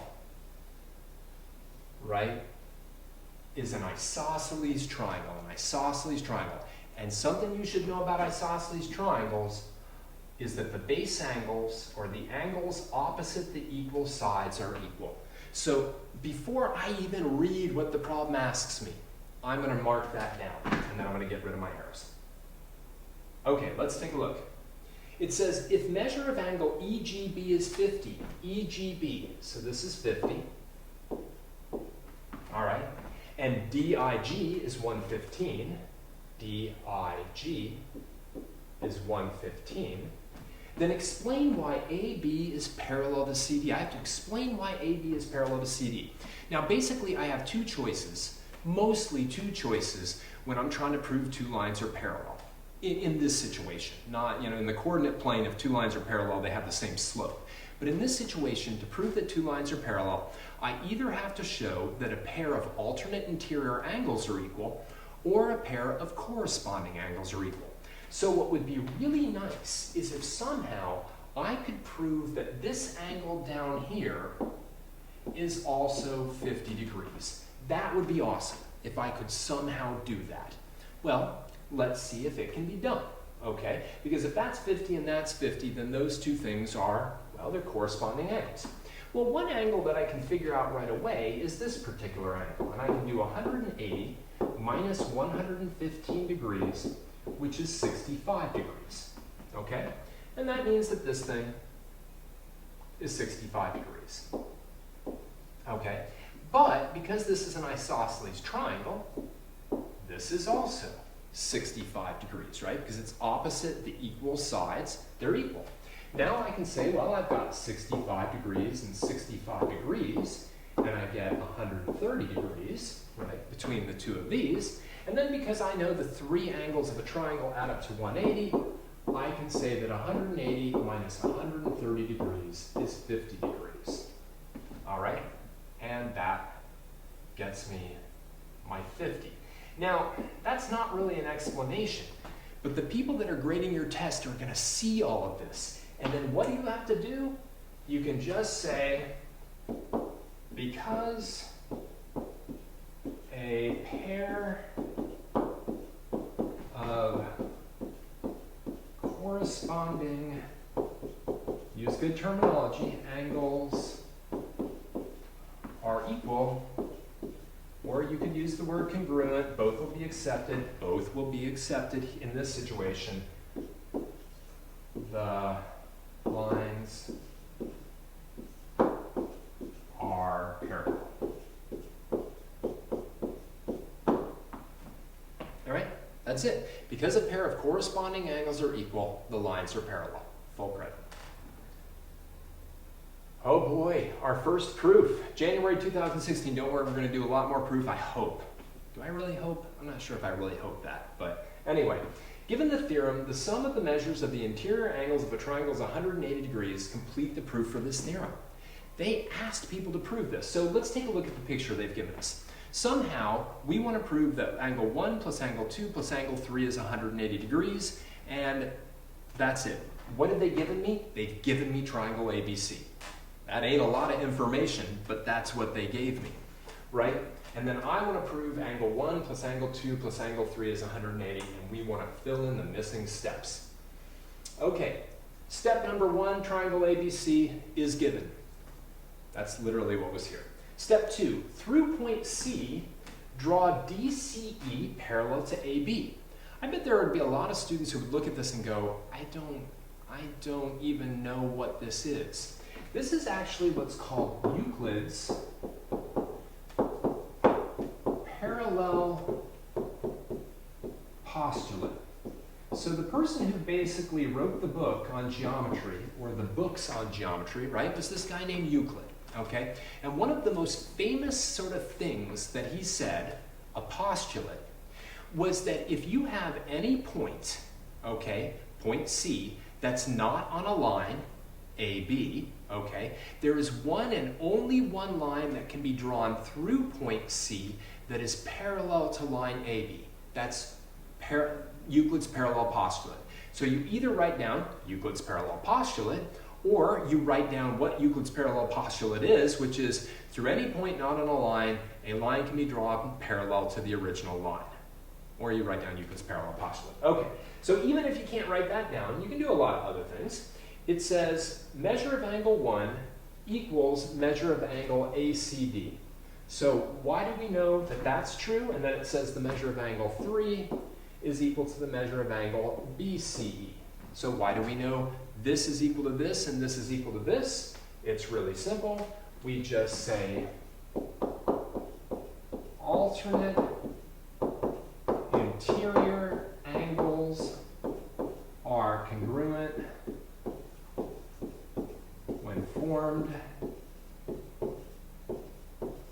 by parallel lines. Alternate interior angles are congruent when formed by parallel lines. Be careful about just saying alternate interior angles are congruent, and even worse, don't ever just say alternate interior angles. That's not a reason, it's a noun. A reason really should read like a full, complete sentence. Alternate interior angles are congruent when formed by parallel lines. If you just say alternate interior angles, that's not a reason. You know, it just isn't. Why are you angry? Alternate interior angles. Really? That's not a reason I'm angry. I'm angry because alternate interior angles give me indigestion. Okay, whatever.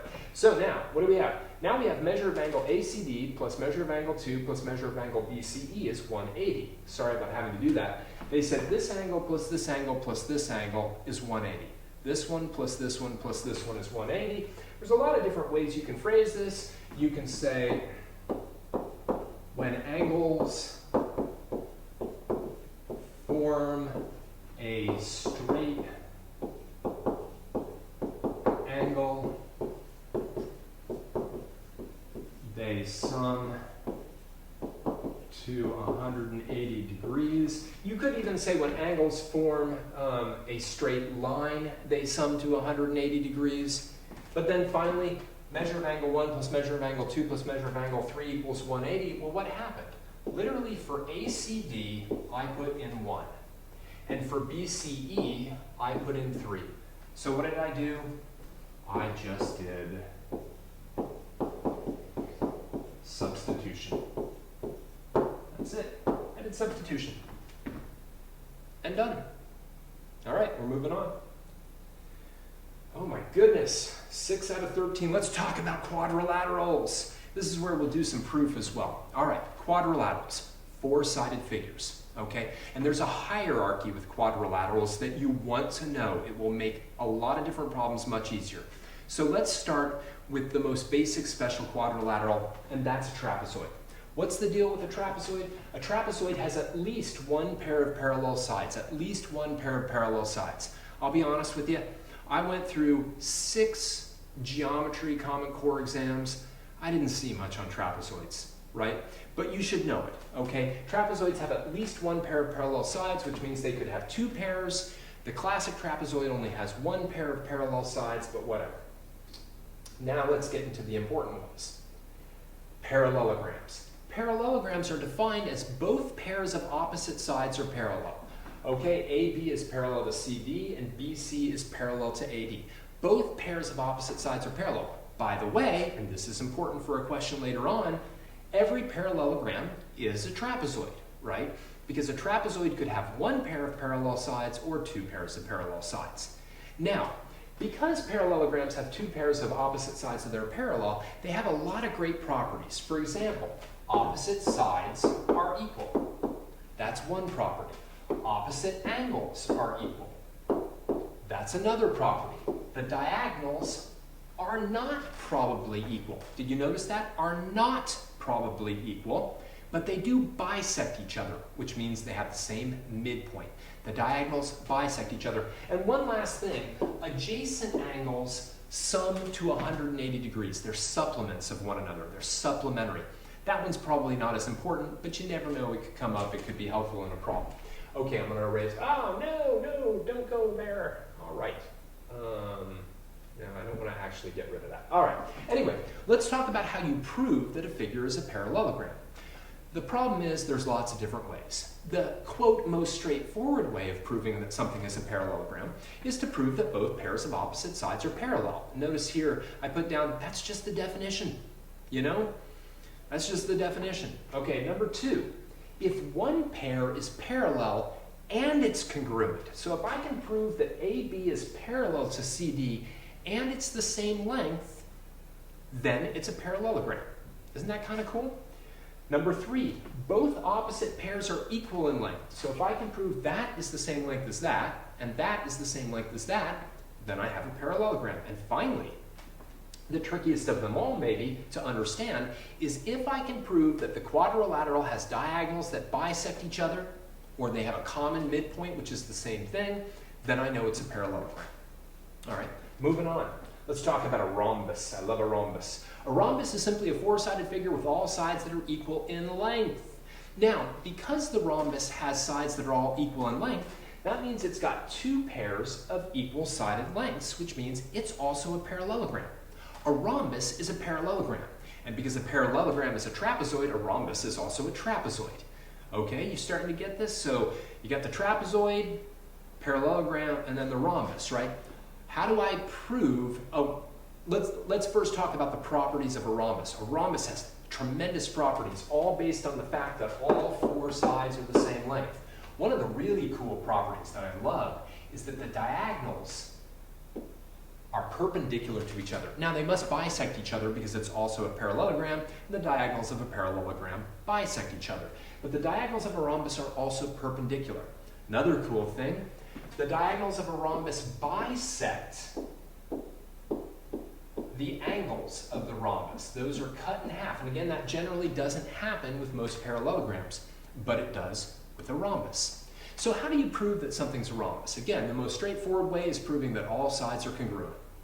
But another way is if you've already know it's a parallelogram, you gotta know it's a parallelogram, and it's got two equal adjacent sides. So in other words, if I've got something and somebody said, hey, this thing's a parallelogram and this side's equal to this side, then it's a rhombus, okay?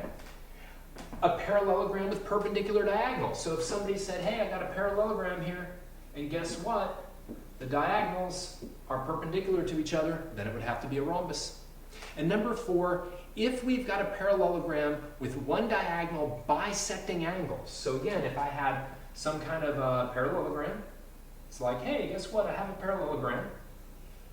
And I tell you that this diagonal bisects these angles, that's enough to know that it's a rhombus. All right? It's really kind of cool. So now let's talk about the parallelogram that you probably know the most about, the rectangle. What is a rectangle? A rectangle is defined as a quadrilateral with four right angles. And for a variety of different reasons, that means it's also a parallelogram. It's not a rhombus, but it's a parallelogram, which means it's a trapezoid. Okay, the rectangle also has some nice properties. Besides the fact that it's got right angles, the most important property of the rectangle is that its diagonals are the same length. Now again, in general, with your general parallelogram, including your rhombus, there's a longer diagonal and there's a shorter diagonal. And I hope you can just tell that by, doing that. But with a rectangle, because it's so symmetric, the two diagonals are congruent. And what's cool is that's one of the ways that you can prove that a parallelogram is a rectangle. If you know you have a parallelogram with equal diagonals, it's got to be a rectangle. The easiest way, or the most straightforward way of proving something is a rectangle is it's a quadrilateral with four right angles. But if you have a parallelogram with even one angle that's a right angle, then they all have to be right angles. So if you know you have a parallelogram with one right angle, it's got to be a rectangle. And finally, before we start doing problems, the square. A square is basically what you get when you put a rhombus and a rectangle together. That's what it is. It's got four equal sides and four right angles. All right? It's the combination of a rectangle and rhombus. How do you prove something is a square? Well, the most straightforward way, prove it's got four equal sides and it's got four right angles. But any combination of the rectangle rhombus conditions also work. So if I knew it was a parallelogram with perpendicular diagonals and a right angle, it would have to be a square because the perpendicular diagonals would make it a rhombus and the one right angle would make it a rectangle, so that would mean it would have to be a square. When you overlap the Venn diagrams, when you have the Venn diagram of a rectangle overlapped with the Venn diagram of a rhombus, what's in here is a square. Because, Venn diagrams make everything make sense. That's not true. All right, let's keep going. January 2016, in parallelogram QRST shown below, diagonal TR is drawn. U and V are points on TS and QR respectively. UV intersects TR at W.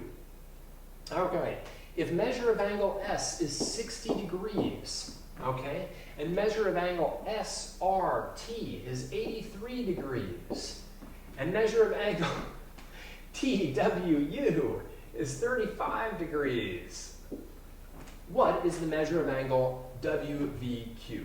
WVQ. So this is the angle I want right here. All right, well, let's do it. What can I figure out? Well, because this thing's a parallelogram, right, then what I know is that angle S and this angle, VRS, well, those two have to be supplementary. They have to add up to 180. So that means this entire angle here is 120 degrees. But that means I can figure out what this angle is by doing 120 degrees minus 83 degrees, which is, I believe, 37 degrees. Yeah, sorry, my weak point really is subtraction. I'm horrible with subtraction. So I know that's 37 degrees. Now, I'm just working my way over to this angle. I know this is 35 degrees, which means I know this is 35 degrees because, as we all know, vertical angles are congruent. But that means I've got two angles in this triangle. I've got this 35-degree angle and this 37-degree angle. And when I add them together, I get 72 degrees. All right?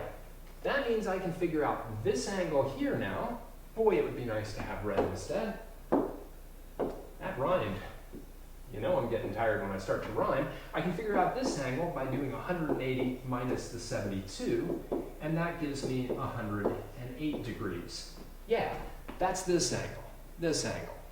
But I want this one, right? Just erased a blue question mark and replaced it with a red one.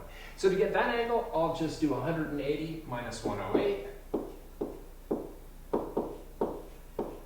And that gets me back to that 72 degrees. Choice 3.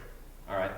There is something called the exterior angle theorem, which says an exterior angle of a triangle is always the sum of the two remote interior angles. So I could have gotten that answer immediately by just adding the 35 and the 37 and getting the 72.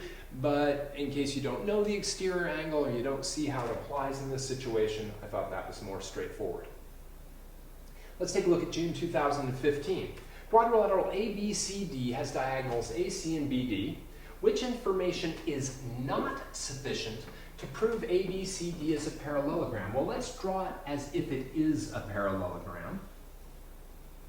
A, B, C, D. Let's draw those diagonals in. All right. Let's see. AC and BD bisect each other. Yep, that's good enough. If the diagonals of a quadrilateral bisect each other, that quadrilateral is a parallelogram. Choice 2. AB is congruent to CD, and AB is parallel. Well, no, sorry. AB, couldn't read the choice. AB is congruent to CD, and BC is congruent to AD. Whoops, darn it, I didn't need 3 there. All right, yep, that works. If we've got two pairs of equal sides, it must be a parallelogram. All right, AB is congruent to CD, and AB is parallel to CD. Yep, that gets the job done. So if one pair is equal and parallel, then the things are parallelograms. And finally, that means it's got to be choice 4, but I'd like to take a look at that really quickly. AB is equal to CD, you get rid of that, or congruent to CD, and then BC is parallel to AD. And you might be saying to yourself, well, wait a second. Wouldn't that get the job done? It looks like a parallelogram. Well, think about what this really says. It says if we had a figure where one pair of sides were equal in length and the other pair of sides were parallel, then it would have to be a parallelogram. Well, what about this? Here's a figure with two equal sides and two parallel sides. And I'm pretty sure that's not a parallelogram. I'm pretty sure that's what we used to call an isosceles trapezoid. All right, choice 4. You know what? Moving on, because I'm starting to get worried about time. I'll be honest with you. We're probably getting pretty close to the end of 2 hours. Okay, August of 2015. A parallelogram must be a rectangle when it's... So I'm looking for a parallelogram to be a rectangle when the diagonals are perpendicular. Nope, that's a rhombus. When the diagonals are congruent. Yes, that's a rectangle. By the way, number 3, opposite sides are parallel. No, that's just what a parallelogram is. So all parallelograms are that way. Opposite sides are congruent. Nope, sorry, that's just what a parallelogram is. All parallelograms have opposite sides parallel and opposite sides congruent. But it's only when the diagonals are congruent in a parallelogram that the thing is actually a rectangle. Sorry, Joey, what's on my time? 20 minutes. Oh, we still have 20 minutes before the hour. Great. We're doing horribly on time still because we got a ton left. But let's take a look at June 2016. In parallelogram ABCD, so we're starting with a parallelogram. Diagonals AC and BD intersect at E. Let me start to draw this thing now, right? I want to get a nice picture. I've got A, B, C, D. The diagonals intersect at point E. Which statement does not prove that we've got a rhombus? Does not prove that we have a rhombus. Well, let's see. AC is congruent to DB. In other words, this length is congruent to that one. Well, you know what? That's my winner. I'm back to choice one being right. If those two things are equal, then what that proves is that we have a rectangle. But let's take a look at the other ones. All right. AB is congruent to BC. So if AB is congruent to BC, then it would have to be a rhombus. And try to understand that one. That one's kind of cool. If I know this one's equal to this one, well, I know because it's a parallelogram, this one's equal to this one, and this one's equal to this one, and that means all four are equal, so it's a rhombus. AC is perpendicular to DB. You bet. If the diagonals of a parallelogram are perpendicular, then it's a rhombus. And finally, AC bisects angle DCB. This angle is equal to this angle. Yep, that's one of the conditions that makes it a rhombus. Whew, a rhombus has got a ton of properties. It's quite cool. Really like it. All right, let's take a look at this one. In the diagram below, if triangle ABE is congruent to triangle CDF, and AEFC is drawn, then it could be proven that quadrilateral ABC is a what? Okay, well, this one's great. Okay, look at your choices. A square, a rhombus, a rectangle, and a parallelogram. Okay, I'm going to stop this problem right now, and I'm going to choose 4. And here's why I'm going to choose 4, without even thinking about the rest of this thing. If I can prove something is a rectangle, then obviously I can prove it's a parallelogram, because all rectangles are parallelograms. If I can prove something is a rhombus, then I can prove it's a parallelogram, because all rhombi are parallelograms. And yes, I just called it a rhombi. All squares are parallelograms. So the funny thing about this problem is that it must be parallelogram, because if I can prove that it's a square, then I can also prove it's a parallelogram, and that would mean that the question had 2 correct answers. Now, by the way, the reason I can prove that it's a parallelogram is because these 2 triangles are congruent, these 2 sides are equal, these 2 angles are equal. Because these 2 angles are equal, those are alternate interior angles, which means these 2 sides would then have to be parallel, which means I got a quadrilateral with 2 sides that are both equal and parallel, and that's a parallelogram. Whew. I gotta take a quick drink. Hold on.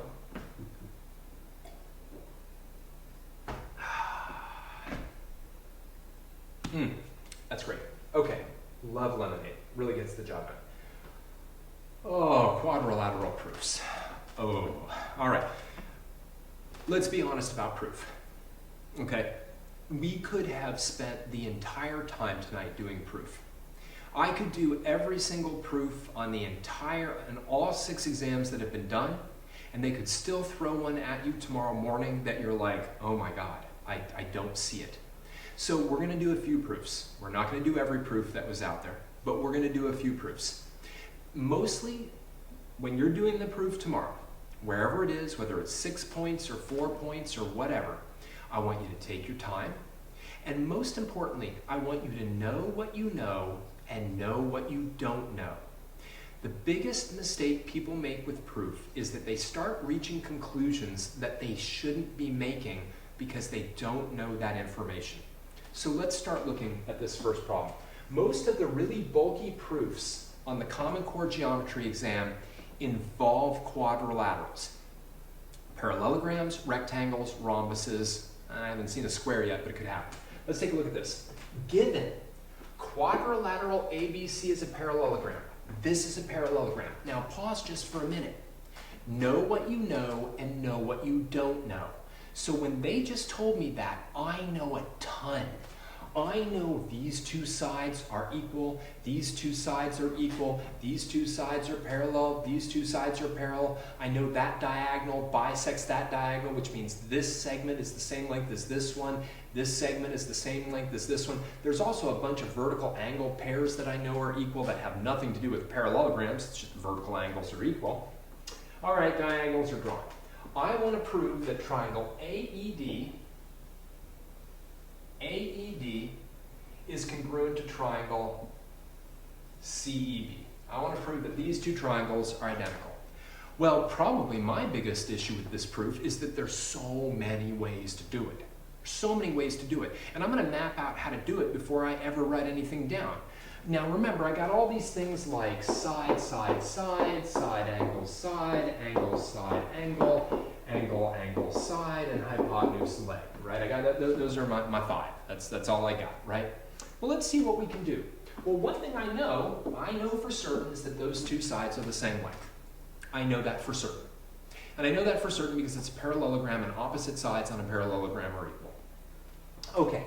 I also know that these two angles are equal simply because they're vertical angles. So I'm getting there. I'm getting like closer to this, this, or this. I'm nowhere near this. All right, but I have a lot. I have a lot. For instance, I know that this is equal to this because the diagonals of a parallelogram bisect each other. All right? And I know that this is equal to this because diagonals of a parallelogram bisect each other.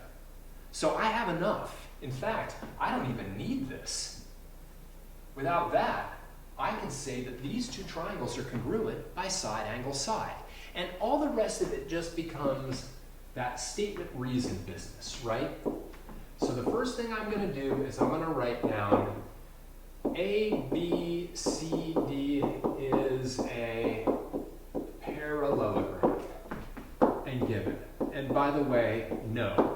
You get absolutely no points for just writing this down. If this is the only thing you have written down correctly, you don't get anything. But you should write it down. Okay, 2.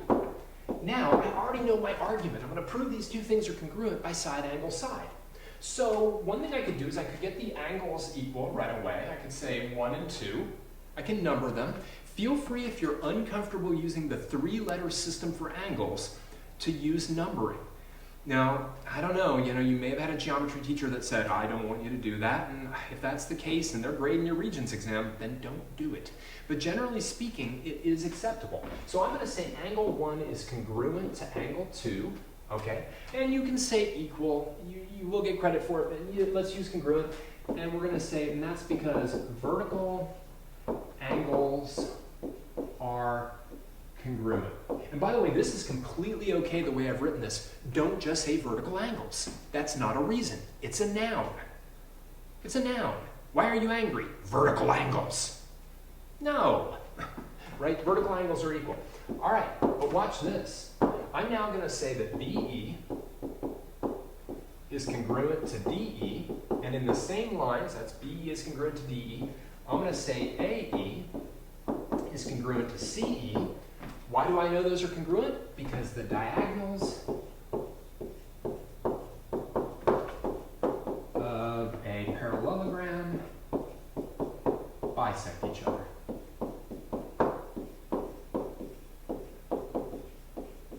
Yes, that's the way to not have the mysterious red show up. Just write everything in red.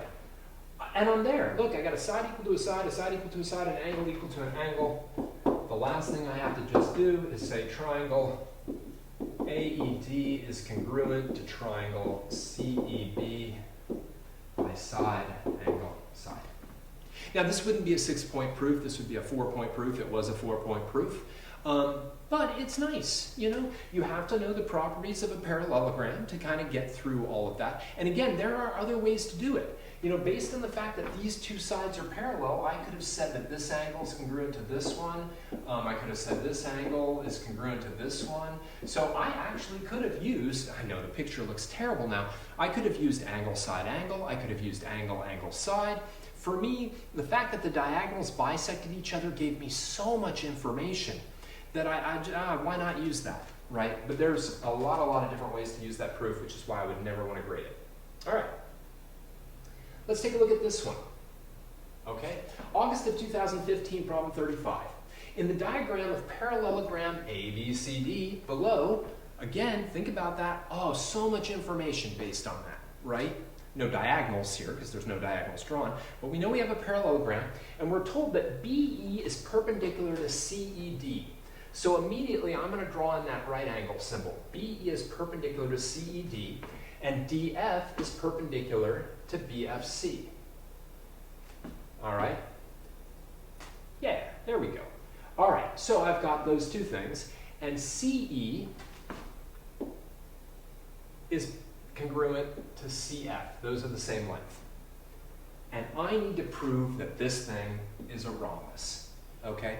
So now I've got to step back and think, how do I prove something's a rhombus? Well, one way is to show that all four sides are the same length. But maybe there's a quicker way of doing it, given that I already know it's a parallelogram, right?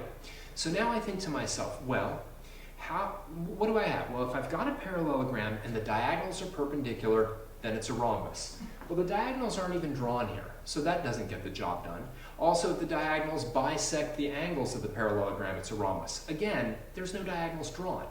So the thing that I'm going to fall back on is if I can show that two adjacent sides are of equal length, then if I have a parallelogram with two sides that are adjacent sides, touching sides that are the same length, it must be a rhombus. Again, if I tell you that this is a parallelogram, and I say these two sides are equal, it must be a rhombus. Okay? So now I'm going to erase that. Well, how can I prove that this side is congruent to that side? That's what I really want. I want this side congruent to that side. Well, this is a more challenging proof than before. All right? Because my problem now is in order to prove that these two sides are equal, I really want to show that this triangle, I really want to prove that triangle BEC is congruent to triangle, let's see, BEC would be congruent to DFC. All right, I got to prove that these two triangles are congruent. Now, why would I know that? Well, I know that this side's congruent to this side. Let me outline that other one. All right, so I got these two little sides equal to each other. Oh, I know that they both have a right angle equal to each other. And I know that they share angle C. Now, this is an awfully complicated picture, and again, for brevity's sake, for time's sake, I don't want to have to draw those two triangles separately. But if I did draw them separately, what I would see is that they've got an angle equal to an angle, a side equal to a side, and an angle equal to an angle. I can prove that these two are congruent by angle, side, angle. Once I know they're congruent by angle, side, angle, then I can say that BC is congruent to DC by that whole CPCTC, corresponding parts of congruent triangles are congruent. All right, I know that we're getting very, very close. Very, very close. We got 5 minutes until the hour. And again, once we hit that 5 minutes till the hour, like once we get very close, like 1 minute, we'll cut the live stream. Then we'll come back. We'll actually turn commenting on for a little bit at that point. We want to announce who our 10,000th follower was. Anyway, so how do we really lay out this proof? Again, statement reasons. Statement reasons. Well, first thing that we'd want to do is we'd want to state all of this stuff. And for, again, brevity's sake, you know, I'm not going to rewrite it all. Okay? But then what we would want to do is we want to establish the fact that these two angles, these two right angles are equal. It's a little bit of a pain. You got to do a little bit of work because you have to say something like angle 1 and angle 2 are right angles. And then you'd say something like perpendicular lines form right angles. All right, then you'd probably say that the two angles were equal. Angle 1 is congruent to angle 2, and then you have to say the obvious, all right angles are congruent. All right, that's just one angle pair. Then what I would do is I would get the fact that angle C is congruent to angle C. Anytime you say something is congruent or equal to itself, everybody remembers this, right? It's the reflexive property. Right? Finally, I would mention the fact that CE Actually, I already did that. CE is congruent to CF would be sitting up here in my givens. I could put it here. But at that point, what I would have is I would then have triangle BEC congruent to triangle DFC, sorry about this being down at the bottom, by angle side angle. Ooh. I would then say that this side, BC, is congruent to this side, DC, by CP, CTC. Corresponding parts of congruent triangles are congruent. And then finally, I would say that ABCD is a rhombus, and Y a parallelogram with a pair of adjacent congruent sides is a rhombus.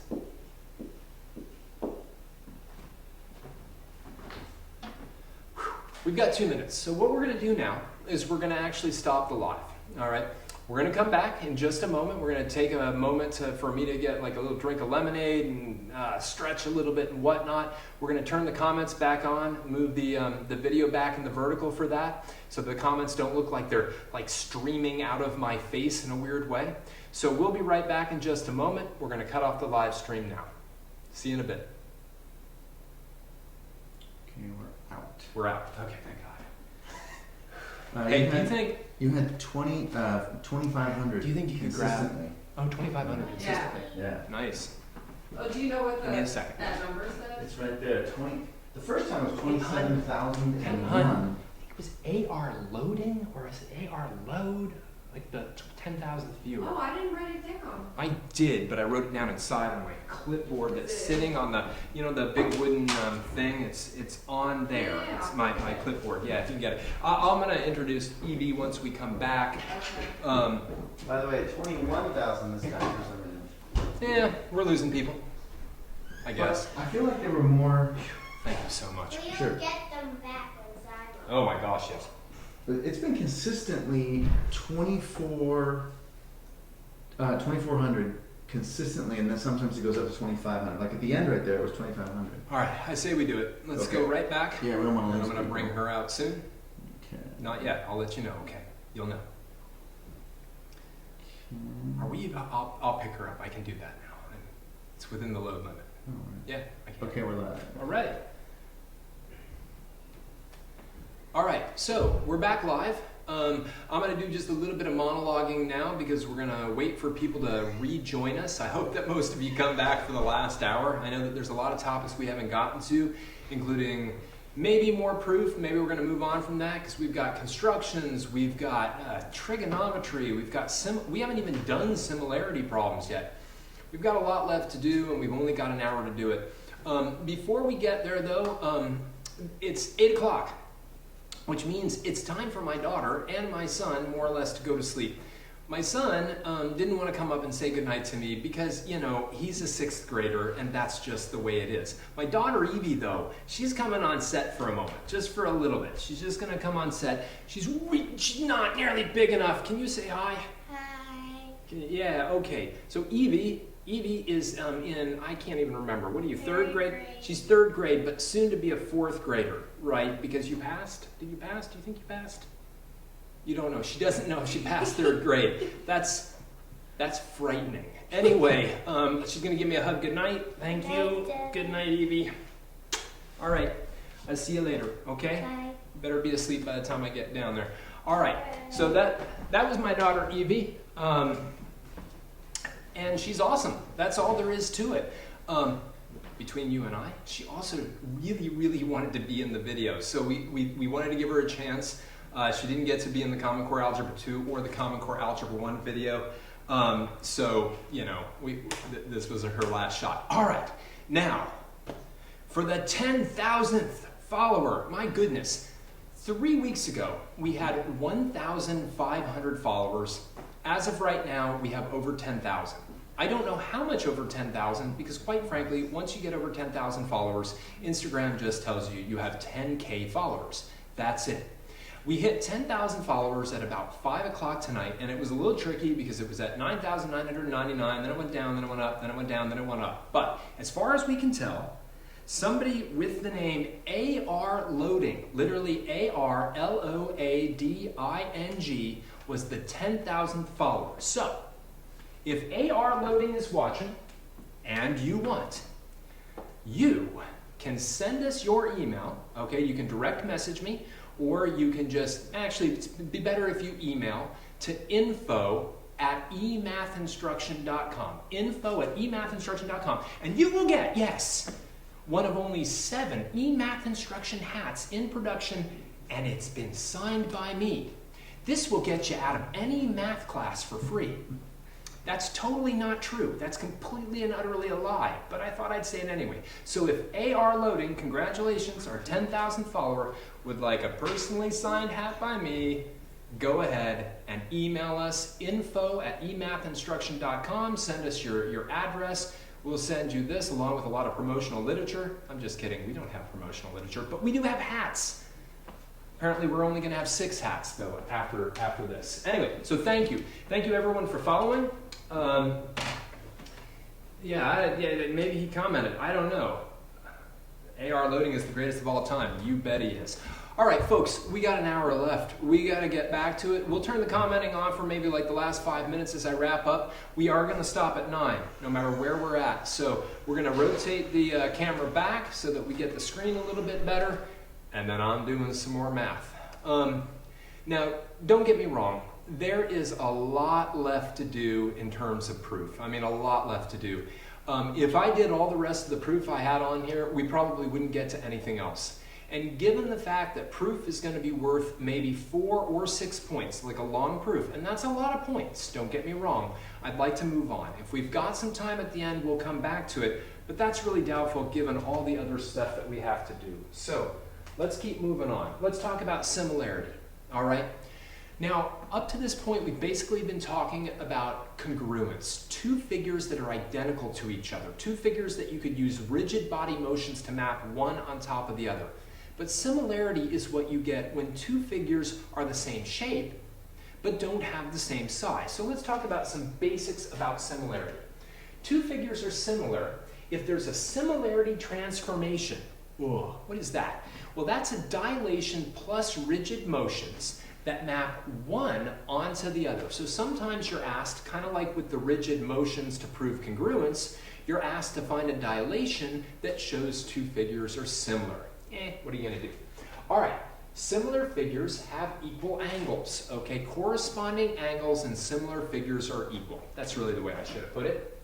The ratios of corresponding sides of similar triangles are equal. And the reason that they're equal is because they're equal to that dilation constant, that k. So when I do that, the new divided by old, I get the k. And it's the same k for each one of those 3 pairs on the triangles, let's say.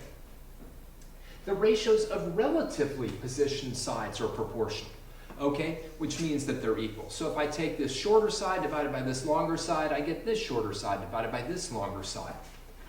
And finally, triangles can be proven similar by angle-angle, meaning that 2 angle pairs are equal. Side-side-side, that's not the same side-side-side as before. That means the ratios of 3 side pairs are equal. And finally, side-angle-side, not the same side-angle-side as before. It means 2 pairs of sides have ratios that are equal to each other, and the angle in between them is equal to each other. Okay, anyway, let's take a look at a problem. All right, in the diagram of triangle ADC below, EB is parallel to DC. As soon as you see this kind of scenario, you've got a triangle where one side is parallel to this side, then this smaller triangle is similar to this larger triangle. All right? So this guy, I'm going to draw it separately. Hey, you know, I kind of like the red. It really was working for me before. But anyway, this triangle, AEB, with that 9 and that 9.2, right? is not the same, but is similar to this larger triangle. Now this larger triangle, one of the keys is, I don't want to think about that as 9 and 5, I want to think about it as 14. So now what it asks me is, what is the length of AC? Right? What is the length of AC to the nearest tenth? So what I do is I set up one of these proportionalities, and I say, all right, if I did AC, the thing I'm solving for, if I did AC, and I divided it by 9.2, I would get the same thing as if I took AD, which is 14, and I divided it by 9. All right, that's it. So AC divided by AB is equal to AD divided by AE. And now, of course, I just got to do a little cross multiplying and some little bit of algebra. I get 9 times AC, and if you want to put an X there instead of an AC, of course, that's completely okay. You won't have any air conditioning, but hey, that's your own issue. So then I'll get 128.8, and then I'll divide both sides by 9. And I'll get AC is equal to 14.3111. Could they have made the numbers more obnoxious? No, so we get choice 3. And that's it. And many similarity problems involving algebra, I gotta find some place for the calculator. Many similarity problems involving algebra just look kind of like that. I think we'll skip it. Again, I'm trying to now skip and go over to things that I think are important, more of these ratio pieces with similar triangles. Oh yeah, oh I love this. Okay, let's take a look at this problem. This one's very, very subtle. In triangle SCU shown below, points T and O are on SU and CU respectively. Thank you very much. Segment OT is drawn such that angle C is congruent to angle OTU. These two things are congruent. It then tells me that TU is equal to 4.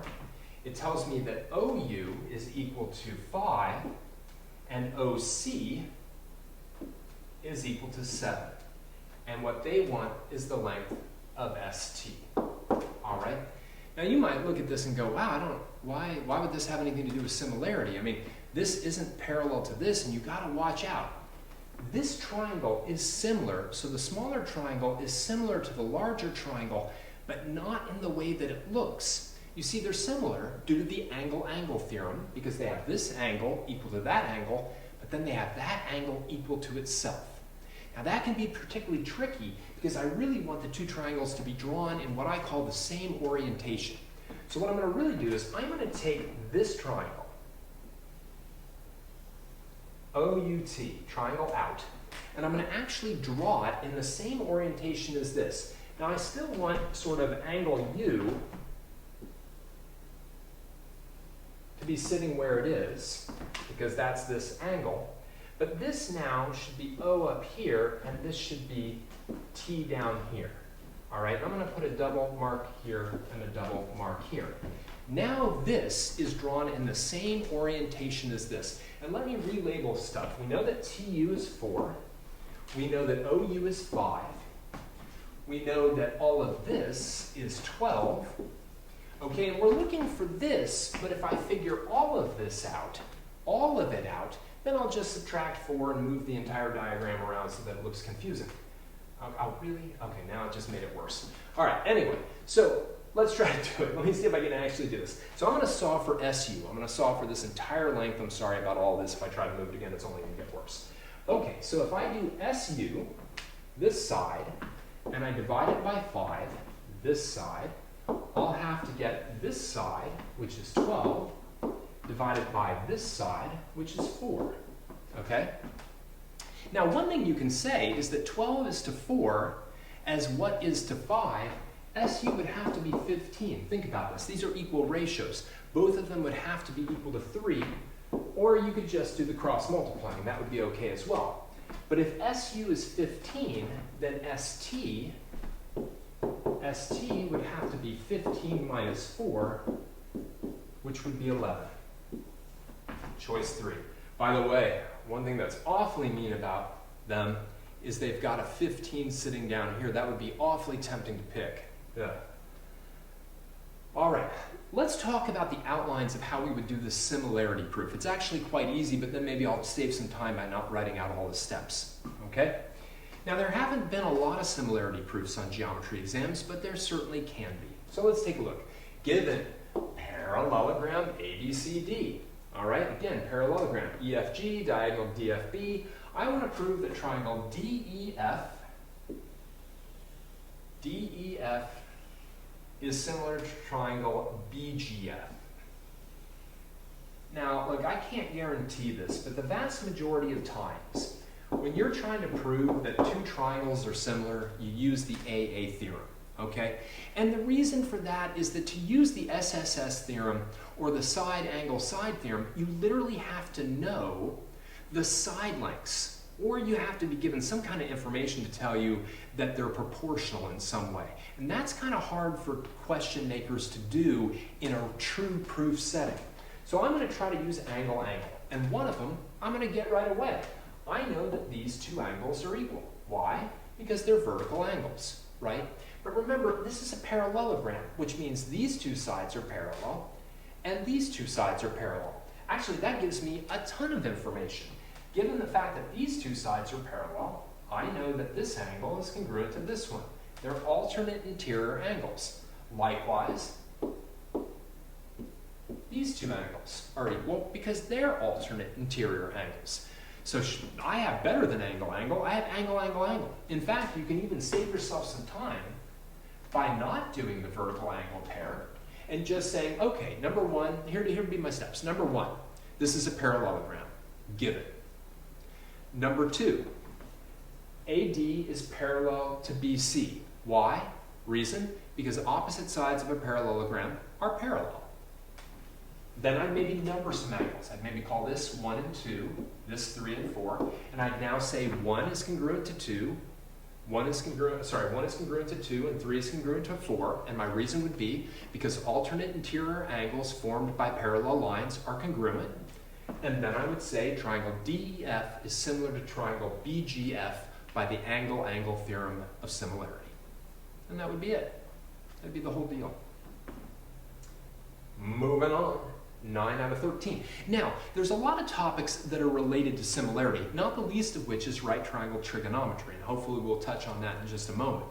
But some of the other problems that are related are things like when you draw the altitude from the right angle of a triangle down to the hypotenuse, and when you draw, and when you partition a line segment. So I'd kind of like to look at both of those briefly, all right? Both of them were topics that people talked about, especially this one. Now, again, folks, when you're talking about drawing an altitude from the right angle to the hypotenuse, okay, that type of problem comes up maybe once in multiple choice and possibly again in free response, but that's it. It's a very specialized use of similarity. So people design all sorts of mnemonics like PAP and HILP, and I had to look those up. I didn't even understand them. At the end of the day, the reason that this has something to do with similarity is when you draw this altitude in, both of these two right triangles are similar to the original right triangle.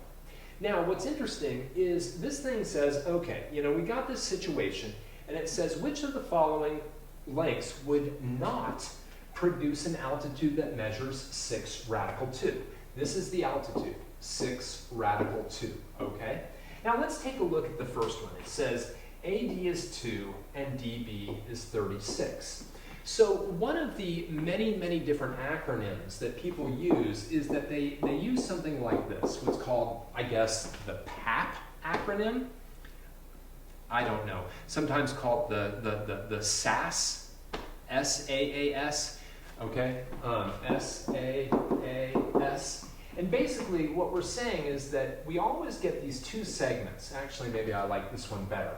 And basically what this one says is if I take one of these segments and I put it over the altitude, this being the altitude, okay, I'll get the altitude divided by the other segment. Some of you may have learned that the altitude is the geometric mean of the two segments that the altitude partitions the hypotenuse into.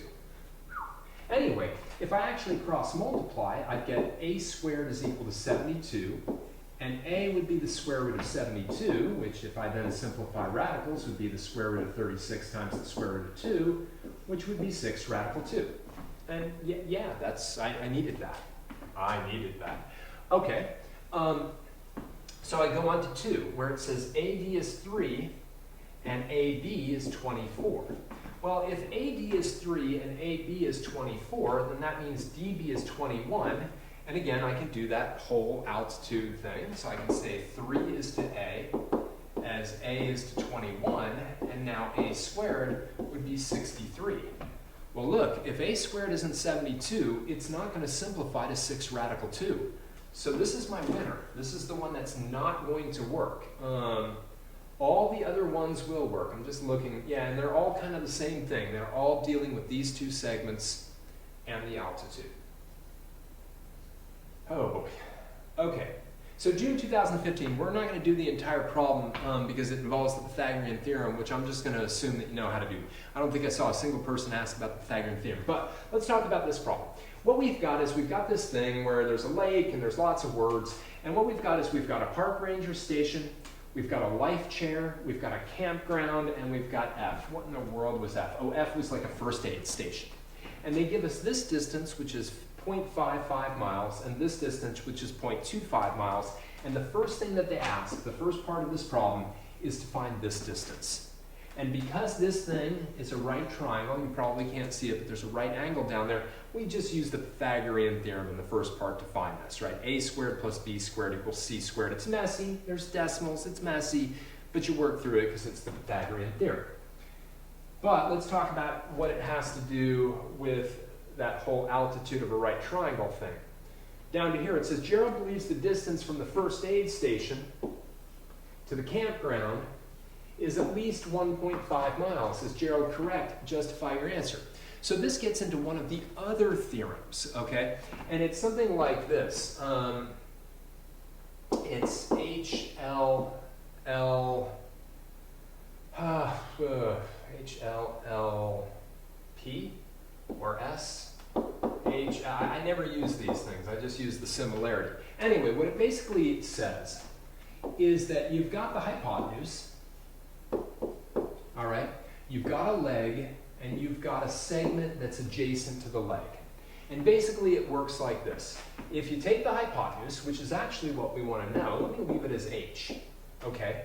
And you divide it by the leg, 0.55, you'll get the leg, 0.55, divided by the segment that's adjacent to the leg, 0.25, all right? So the hypotenuse is to the leg as the leg is to the segment that's adjacent to the leg. The hypotenuse is to the leg as the segment is to the leg. And now we cross multiply. All right, we get 0.25 times the hypotenuse is equal to 0.55 times 0.55, or 0.55 squared, which is 0.3025. Divide both sides by 0.25. And the hypotenuse is 1.21 miles. Now, he thinks it's at least 1.5 miles, so the answer is no. That's the answer. No, he's not correct, right? Because to be at least 1.5 miles, and he's not correct. Don't forget to put that down. After all that wonderful math, if you don't actually answer the question, you'll get some credit. Obviously, there's a lot of good stuff here, but you'll lose at least 1 point, and it's a shame when that happens. Let's talk about partitioning a line segment. I love these problems. They tend to be on every single Regents exam, and there's a trick to them every time. Every time. Sometimes they're harder, sometimes they're easier. I'm going to do one that's a little bit on the easier side, but the trick is always the same. Here we go. Problem 27. The coordinates of the endpoints of A, B are -6, -5. Now this wasn't plotted. I plotted it to save some time. And 4, 0. Point P is on AB. Determine and state the coordinates of point P such that AP is to PB is 2 to 3. So somewhere on this line segment, there's point P. And all I know is that point P is located in a way that the ratio of this to this is 2 to 3. I'm not saying that's 2 units and that's 3 units. That could be 4 and 6, right? It could be 10 and 15. It's the ratio is 2 to 3. And it's a pain, right? It's a pain because whatever the length of that thing is, it's not nice, all right? It's not nice. It could be a radical. We'd have to use the distance formula for it. So, oh, why did I just do that? I didn't realize that was going to erase. That stinks. Okay, I'm going to just draw it back again. There's P. No, oh, I have so little time. All right, anyway, why did I have the ruler here? Well, here's why I have the ruler. Because I can draw this right triangle in. Now, why do I draw that right triangle in? Okay, I draw it in because I can look at this distance and I can look at this distance. And this distance is 10 units. And this distance is 5 units. And take a look at these two numbers. Notice that when you add 2 and 3, you get 5. And that 5 divides both into that 10 and into that 5. But I'm just going to, for a second, I'm going to just divide this up somewhere. So somewhere on here, I don't know if it's there. Let me not draw it right there. Somewhere on here is P, okay? Or P is up here, right? And then it's somewhere down here. And what I can do is I can literally say, look, I'm going to call this 2x.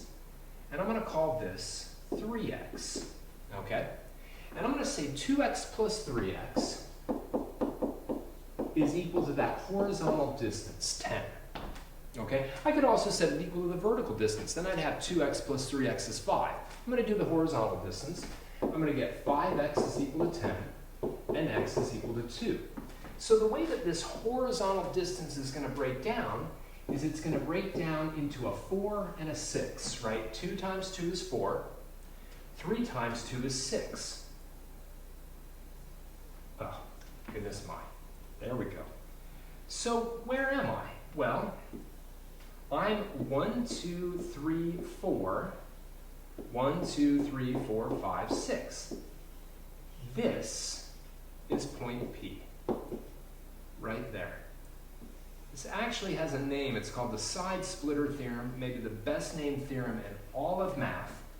This is 4, and this is 6. And so because I have the grid, I can literally say P has coordinates of -2, -3. And again, here's the idea. That ratio would be hard to apply to the diagonal length, because the diagonal length is in all likelihood really, really ugly. It's not in all likelihood really, really ugly. It's really, really ugly. If I thought about it in my head, I think it's 5 times the square root of 3. I'd have to like go back and think about that a little bit more. 100, 25, 125, 25, oh no, sorry, it's 5 times the square root of 5. Anyway, it's an ugly, ugly length. Regardless, what's not ugly is that horizontal length, the 10. So you can partition that 10 into a 2 to 3 using 4 and 6, or you could partition the 5 into a 2 and 3 and get it that way, right? Here's 2 units and here's 3 units, and that also gets us point P. It's that easy every time. You're probably going, that doesn't seem easy to me. Let's do a little bit of trigonometry, all right? SOHCAHTOA. Now, I know that there were a lot of people that asked about the law of sines and the law of cosines. Look, on a rare occasion, on the Common Core geometry exam, knowing the law of sines, not the law of cosines, but knowing the law of sines can help you solve a very long trig problem. But I will say the following. It is never necessary that you have it. It can make it easier, but it's not necessary. So I'm not going to go over law of sines and law of cosines tonight. I beg forgiveness for that, but look, there's many, many students that didn't learn them because they're not technically part of the Common Core geometry curriculum. So a lot of students didn't learn that. Also, a lot of students didn't learn apophthegm. Anyway, so SOHCAHTOA, right? The sine of an angle is the opposite side over the hypotenuse. The cosine of an angle is the adjacent side over the hypotenuse. And the tangent of an angle is the opposite side over the adjacent side, right? The sine, the cosine, and the tangent take the angle and give you this ratio. Now, before we do this, tomorrow morning, before you take that exam, Your math teachers are going to go around the room where you're taking that exam and they're going to clear the memory on your calculators. They have to do that. They have no choice. It's state law. They could literally lose their teaching licenses if they don't do it, if they knowingly don't do it. And when they clear the memory on your calculator will be in radian mode. Put it in degree mode. That's the only thing you got to do tomorrow. After they clear the memory on your calculator, the only thing you have to do with your calculator to get it ready for this exam is to go over and put it in degrees. If you don't put it in degrees, any trig problem you do is going to be wrong. Any trig problem you do. All right, anyway, we'll come back to you, TI 84 plus, but let's take a look. There tend to be exceptionally easy trig problems on the exam. Let's take a look at this one. As shown in the diagram below, the angle of elevation from a point on the ground to the top of a tree is 34 degrees. So they already told you it was an angle of elevation. So far, I have not seen anywhere on the Common Core Geometry exam where they actually expect you to know the terms angle of elevation and angle of depression. They always have them labeled on the picture. Okay? The older geometry curriculum, you had to memorize those terms, and this, they tend to just draw them. They say if the point is 20 feet from the base of the tree, it would have been nice if they put that on the diagram, but they didn't. Okay? That 20 feet is like that. What is the height of the tree? So the nearest tenth of a foot. So here's what you do every time in a trig problem. It's all about the angle. Whether you know the angle or the angle is what you're looking for, it's all about the angle. So I take that angle, that 34 degrees, and I look at the h, and the h is opposite of that angle. It's opposite of it. And the 20 is adjacent to that angle. By the way, this is the hypotenuse, and I don't care about it. So then I think about this mnemonic, SOHCAHTOA, and I say, well, which one of these things involves the opposite side and the adjacent side, and that's tangent. So I write down the following equation. The tangent of 34 degrees is equal to the opposite side divided by the adjacent side. And now I solve for h. And I just multiply both sides by 20. And then I go like this. 20 times the tangent, 34 degrees, equals 13.49. 13.5. Piece of cake, right? You get that one right every time. That's 2 points in the bank. Let's talk about this problem really quick. This is important because it comes up on like almost every Geometry Regents exam, even though it's not very important. So it's important because it comes up on the exam, but in the grander scheme of trig, it's really not important. Let's take a look. In triangle ABC, the complement of B is A.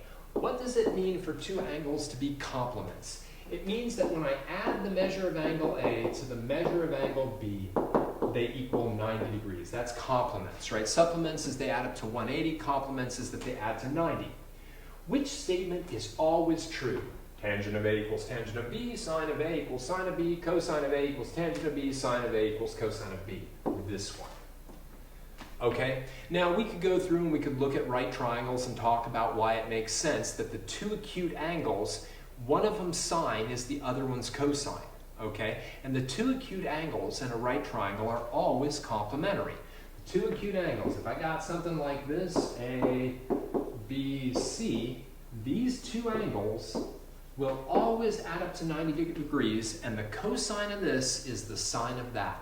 And for some reason, they really want you to know that. There's a historical reason for knowing it, but that reason sort of went out the window when we got these fancy schmancy graphing calculators and we stopped doing things with tables. But it's in the Common Core standards that you know that if two angles add up to 90, then the cosine of one is the sine of the other, and the cosine of this one is the sine of that one. And on almost every single one of the Regents exams, that comes up.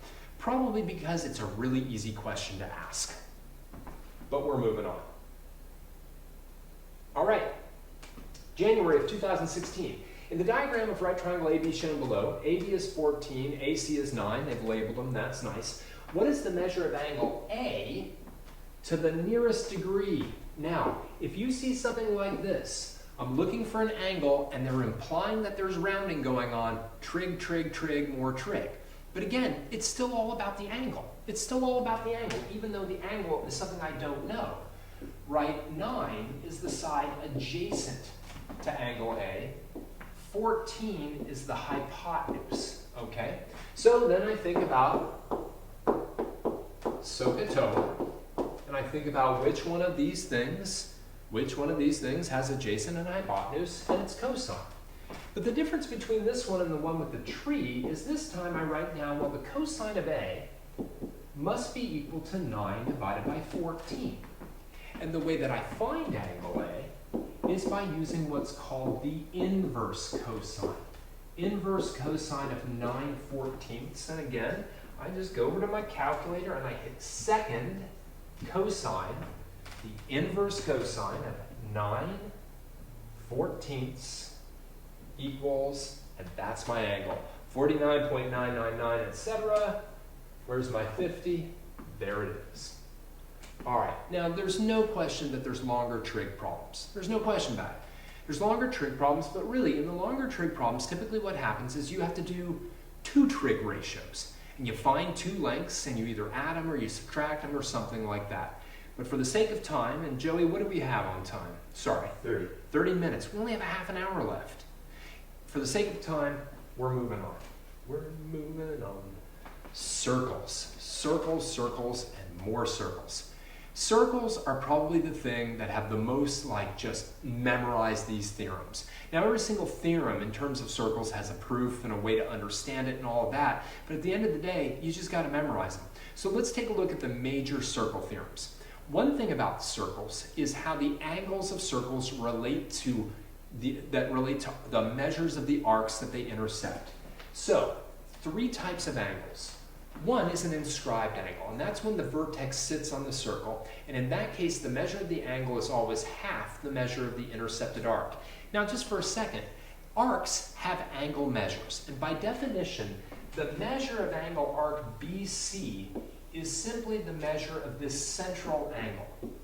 All right, so this one, like this angle here, appears to be kind of obtuse. Let's say it was 100 degrees. Then we would say that this arc is also 100 degrees. So the measure of the arc is the same as the measure of the central angle, but the inscribed angle will be 1/2 of that measure.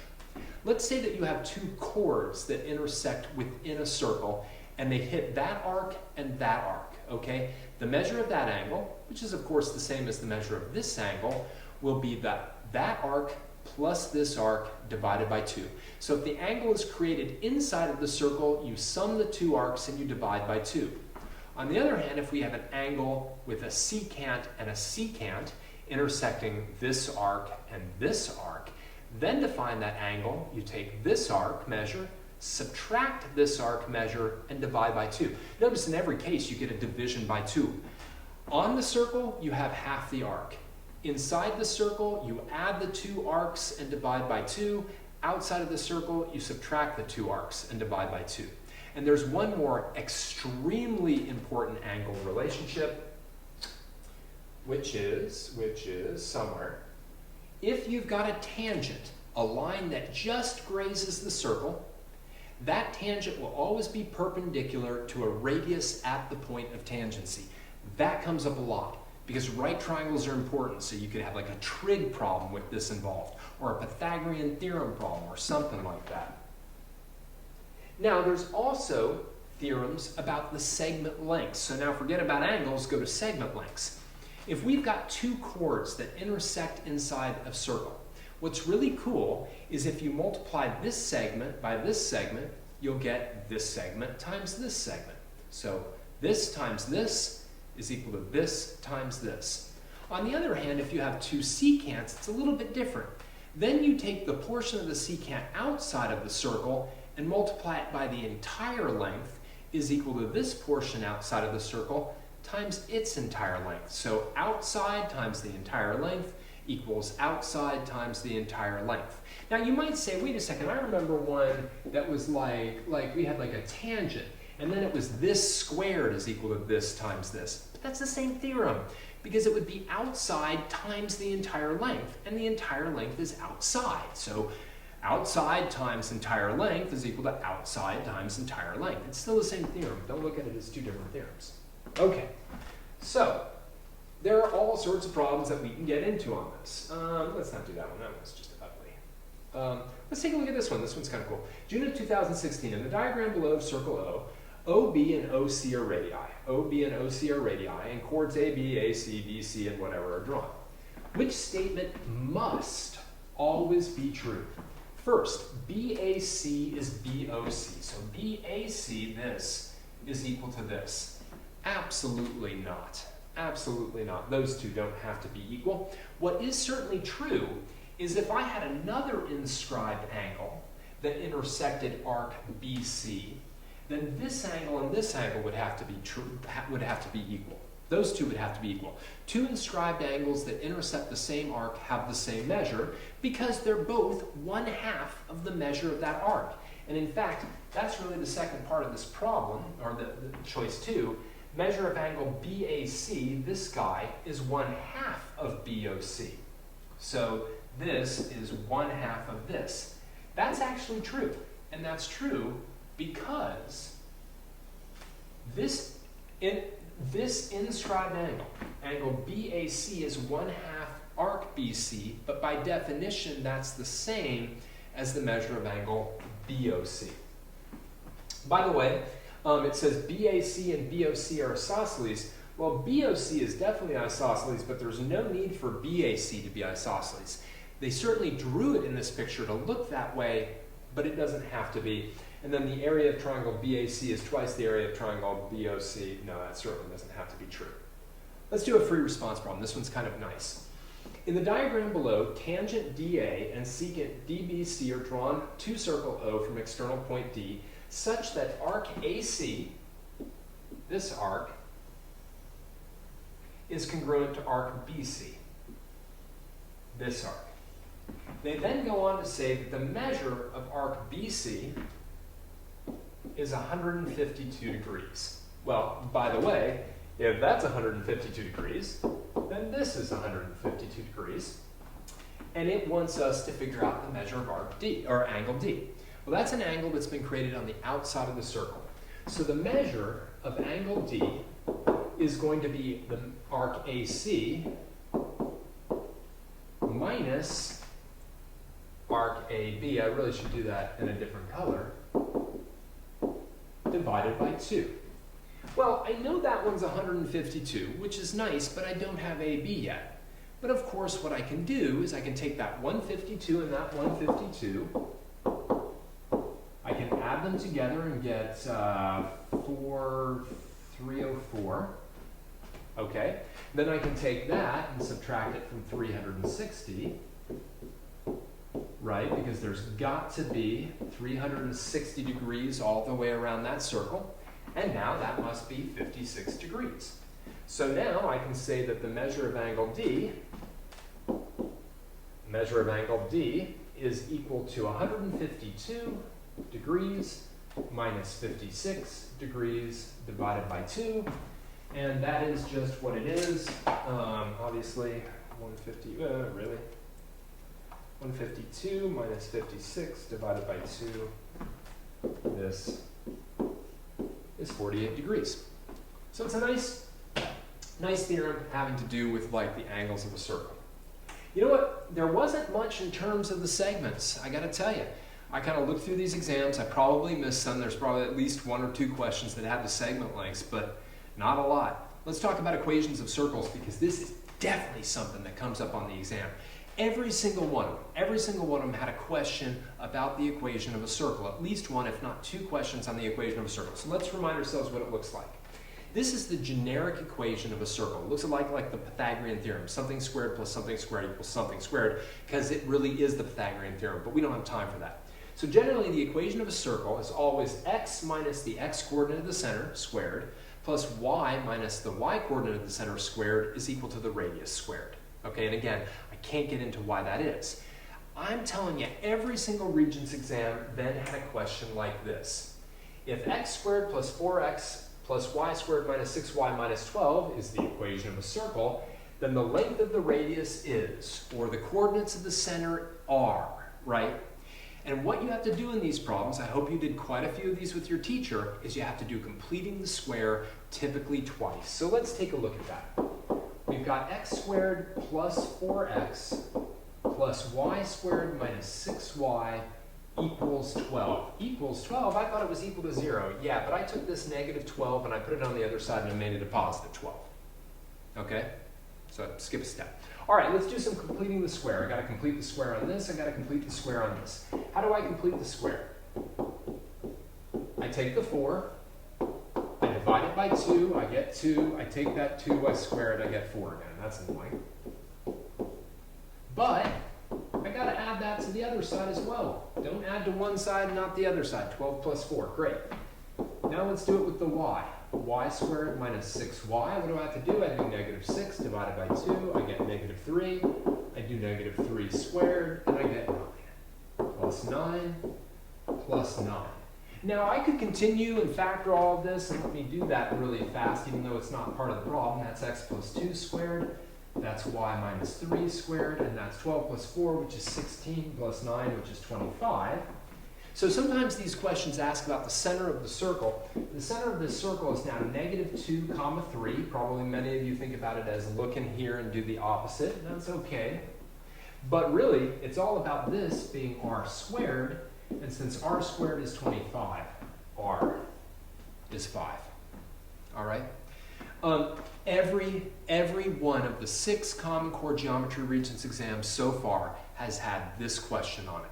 Sometimes they try to put a little bit of a twist on it to make it harder. In fact, one of the ways I've seen they make it harder is something like this, where they've got y squared plus 6y, but notice there's nothing with the x squared, it's just x squared. What's great about that is that then you only have to complete the square once, but sometimes students will get a little bit confused because they're like, oh, I thought I had to complete the square twice.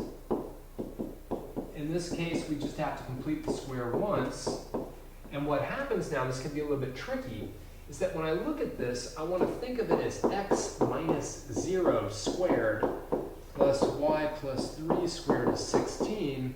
So my center is now at 0, negative 3, and my radius is 4.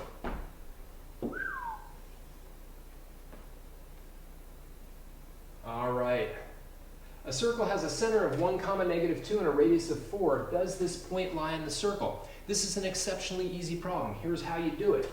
Write the equation of the circle. That would be x minus 1 squared plus y plus 2 squared equals 16. So that's the equation of my circle. Does this point lie on that circle? Well, take this point and substitute it in. Do 3.4 minus 1 squared plus 1.2 plus 2 squared and see if it's equal to 16. By the way, I did the calculation earlier. I'm fairly certain it's not equal to 16. So you get some ugly number here equals to 16, and they're not equal, so no. Okay, they're just not equal. Joey, how much time do we got? Sorry. 15. 15 minutes. Not much time left, folks. So I'm gonna, I mean, we've got some heavy topics left, and we're not going past 9. Think about what we have left. We've got area. We've got radians. Very, very little on radians, folks. Very little on radians. Know that radians are arc length divided by radius. In fact, here, I'm going to skip all the way down to a radian problem. Watch how easy this radian problem is. Bye, all the way down to here. In the diagram below, circle 1 has a radius of 4. While circle 2 has a radius of 6.5, angle A intercepts an arc length of pi, angle B intercepts an arc length of 13 pi over 8. Dominic thinks that angles A and B have the same radian measure. State whether Dominic is correct or not. Explain why. Look, if you've got an angle in radians, that is by definition the arc length that it intersects divided by the radius. And I know that's weird. You're going to get more work with it in Algebra 2, and then if you take pre-calculus eventually and calculus, you'll do a ton of it. But this is really all you have to know. The angle in radians is the arc length divided by the radius. So what do? Well, you could say theta A is equal to pi, right? That's its arc length, divided by its radius, 4. All right, and if you really wanted to, you could work that out as a decimal. Right? You could take your calculator and you could say, all right, I'm going to do pi divided by 4. Let's just round that off to 3 decimal places, maybe put a dot, dot, dot. Theta sub b is going to be 13 pi over 8 divided by 6.5. And this is where people get really freaked out. I mean, that looks terrible, right? So I do 13 times pi divided by 8. I get an answer. And then I divide it by 6.5, and I get 0.785, etc. So is Dominic correct? Yes, Dominic is correct. And all we had to know was arc length divided by radius, arc length divided by radius. We have to be good on our calculators. And then our conclusion is yes. I'm sorry about the sector areas and stuff like that. I mean, again, we've got volume, density, and constructions. And constructions were what a lot of people wanted to see. I knew we were going to get to it all. Constructions. Here are the constructions you're supposed to know. Now, it looks like a long list, but many of them are very easy. You're supposed to be able to copy a segment. You're supposed to be able to copy an angle. You're supposed to be able to copy a triangle. You're supposed to be able to bisect an angle. You're supposed to be able to bisect a segment. You're supposed to be able to create the perpendicular bisector, and I put that in bold for a reason. It's absolutely, positively, hands down the most important one, I guess. Then again, it may not show up tomorrow. Then you're supposed to be able to create a perpendicular line segment through a point on a line to a line. Then we're supposed to be able to create a perpendicular through a point not on a line to a line. Then we're supposed to be able to create a line parallel to another line through a point. And then we're supposed to be able to create a square, a hexagon, or an equilateral triangle within a circle. I mean, it's only 10 of them. The crazy thing is, the 10 are hard enough to know all by themselves, but then they oftentimes ask you to do them in ways that aren't straightforward, and that's annoying. But it's also, you know, higher level thinking, it's Common Coreized, it's all that. Let's do a construction. All right. Use a compass and a straight edge to construct an inscribed square in circle T as shown below. Leave all construction marks. So here's how you do a square. This thing's awesome. I love doing squares. So what you do is you take your ruler out and you draw in a diameter. All right. Oh, I didn't need to do that. Really? Okay. You draw a diameter. And now what I'm going to do is I am going to create the perpendicular bisector of this diameter. Again, it is the most important construction. How do you do a perpendicular bisector? Well, this is what you do. You stretch out your compass to more than half of the length of the segment, more than half of the length of the segment. And then what you do is you kind of draw an arc up here. Maybe you just draw the arc all the way through. I don't know. And you draw an arc down here. Okay. And then without changing the size of the compass, you do the same thing from the other end. Oh, please. Okay, well, at least it kind of intersected. Yeah, I just knew that was going to happen. And then we draw one here. And then we get rid of this guy. We go back and we grab our ruler. And X marks the spot. And we do this. Not the greatest. Never erase your arc marks. It's like not erasing an aardvark. Anyway, that line now is perpendicular and it bisects this one. And the cool thing is, these 4 points are now the vertices of your square. I won't do it all the way, but you should take your straight edge. Don't do it by hand. But you take your straight edge and you draw in all of these, and that's your square. Sure, it's a square that's been rotated, but it's still a square. All right. In this problem, they ask me to copy this triangle. That's basically the gist of it. Copy this triangle. So let's talk about how you copy a triangle. What you do is you take your compass out and you put it down on the vertex of this triangle. You stretch it out to the length of this side, or it could be any one of the 3 sides, but I'm going to take the shortest one, and you make a mark. Without changing the length of your compass, you then bring it over here, and you note this point,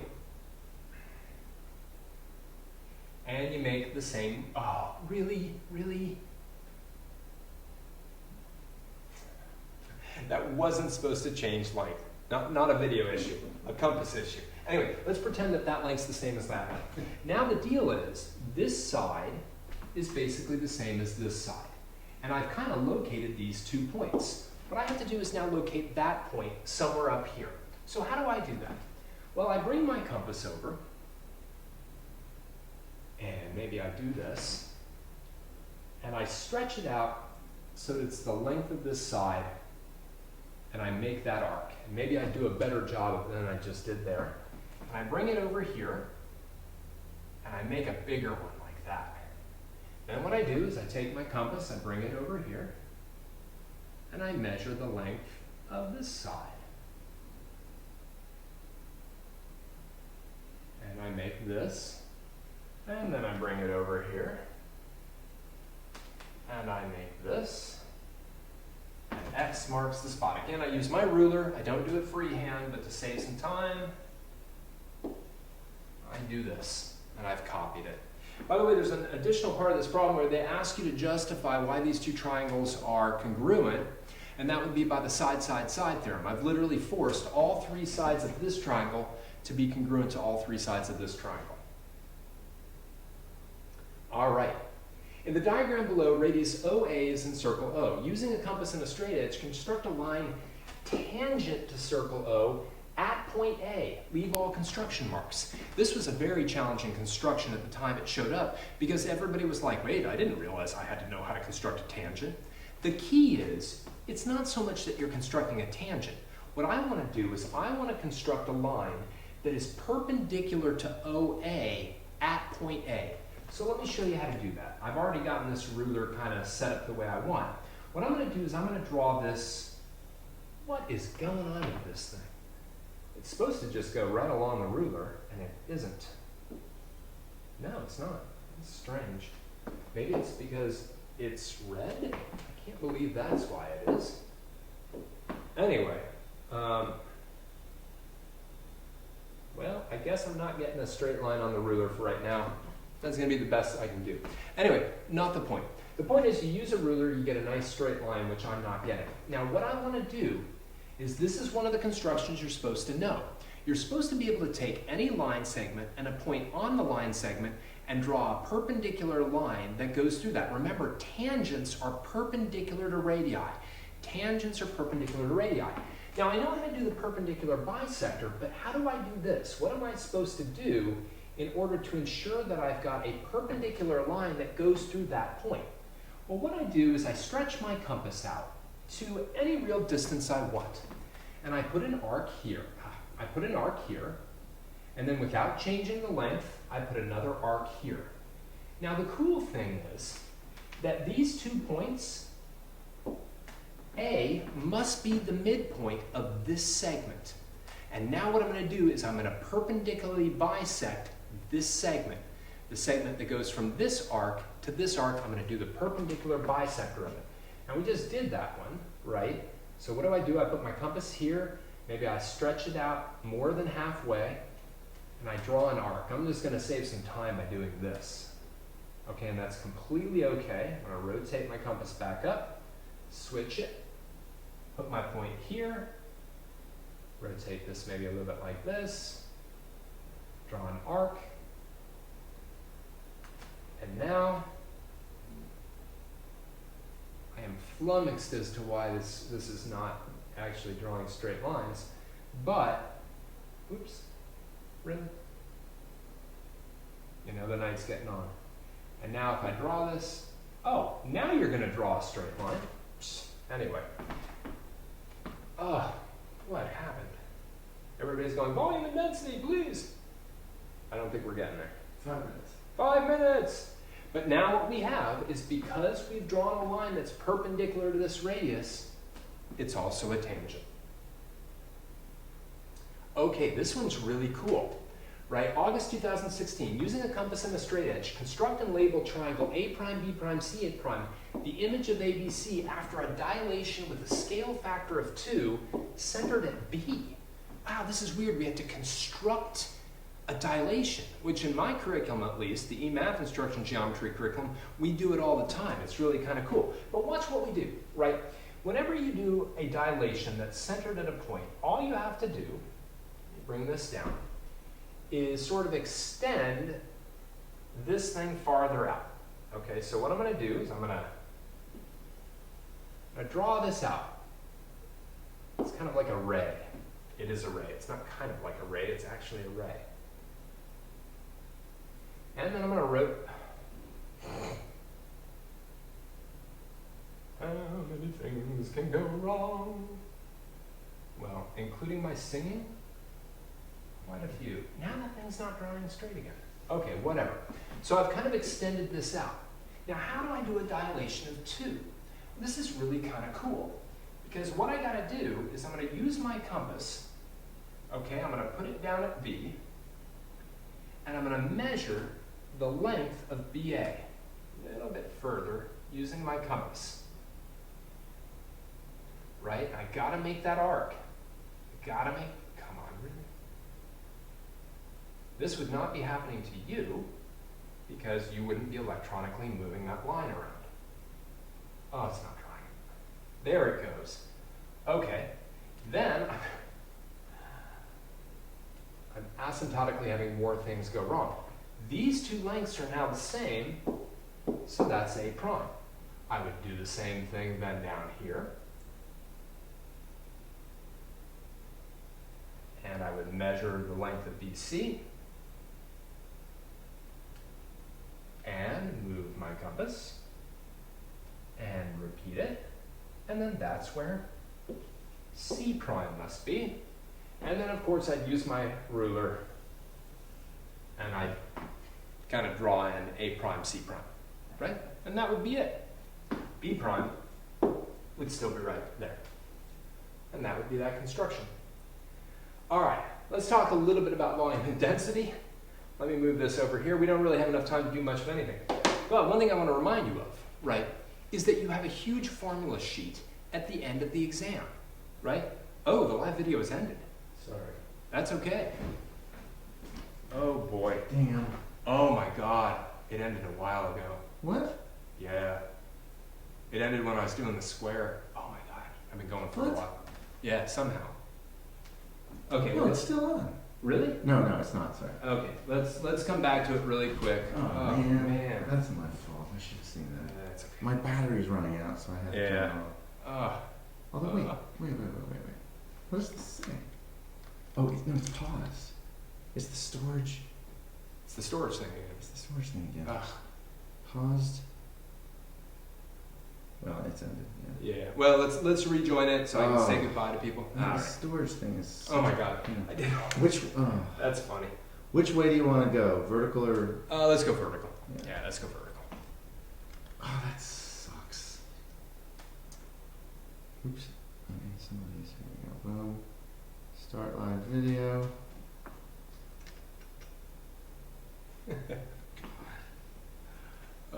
And why don't we leave the comments on? That's okay. Yeah.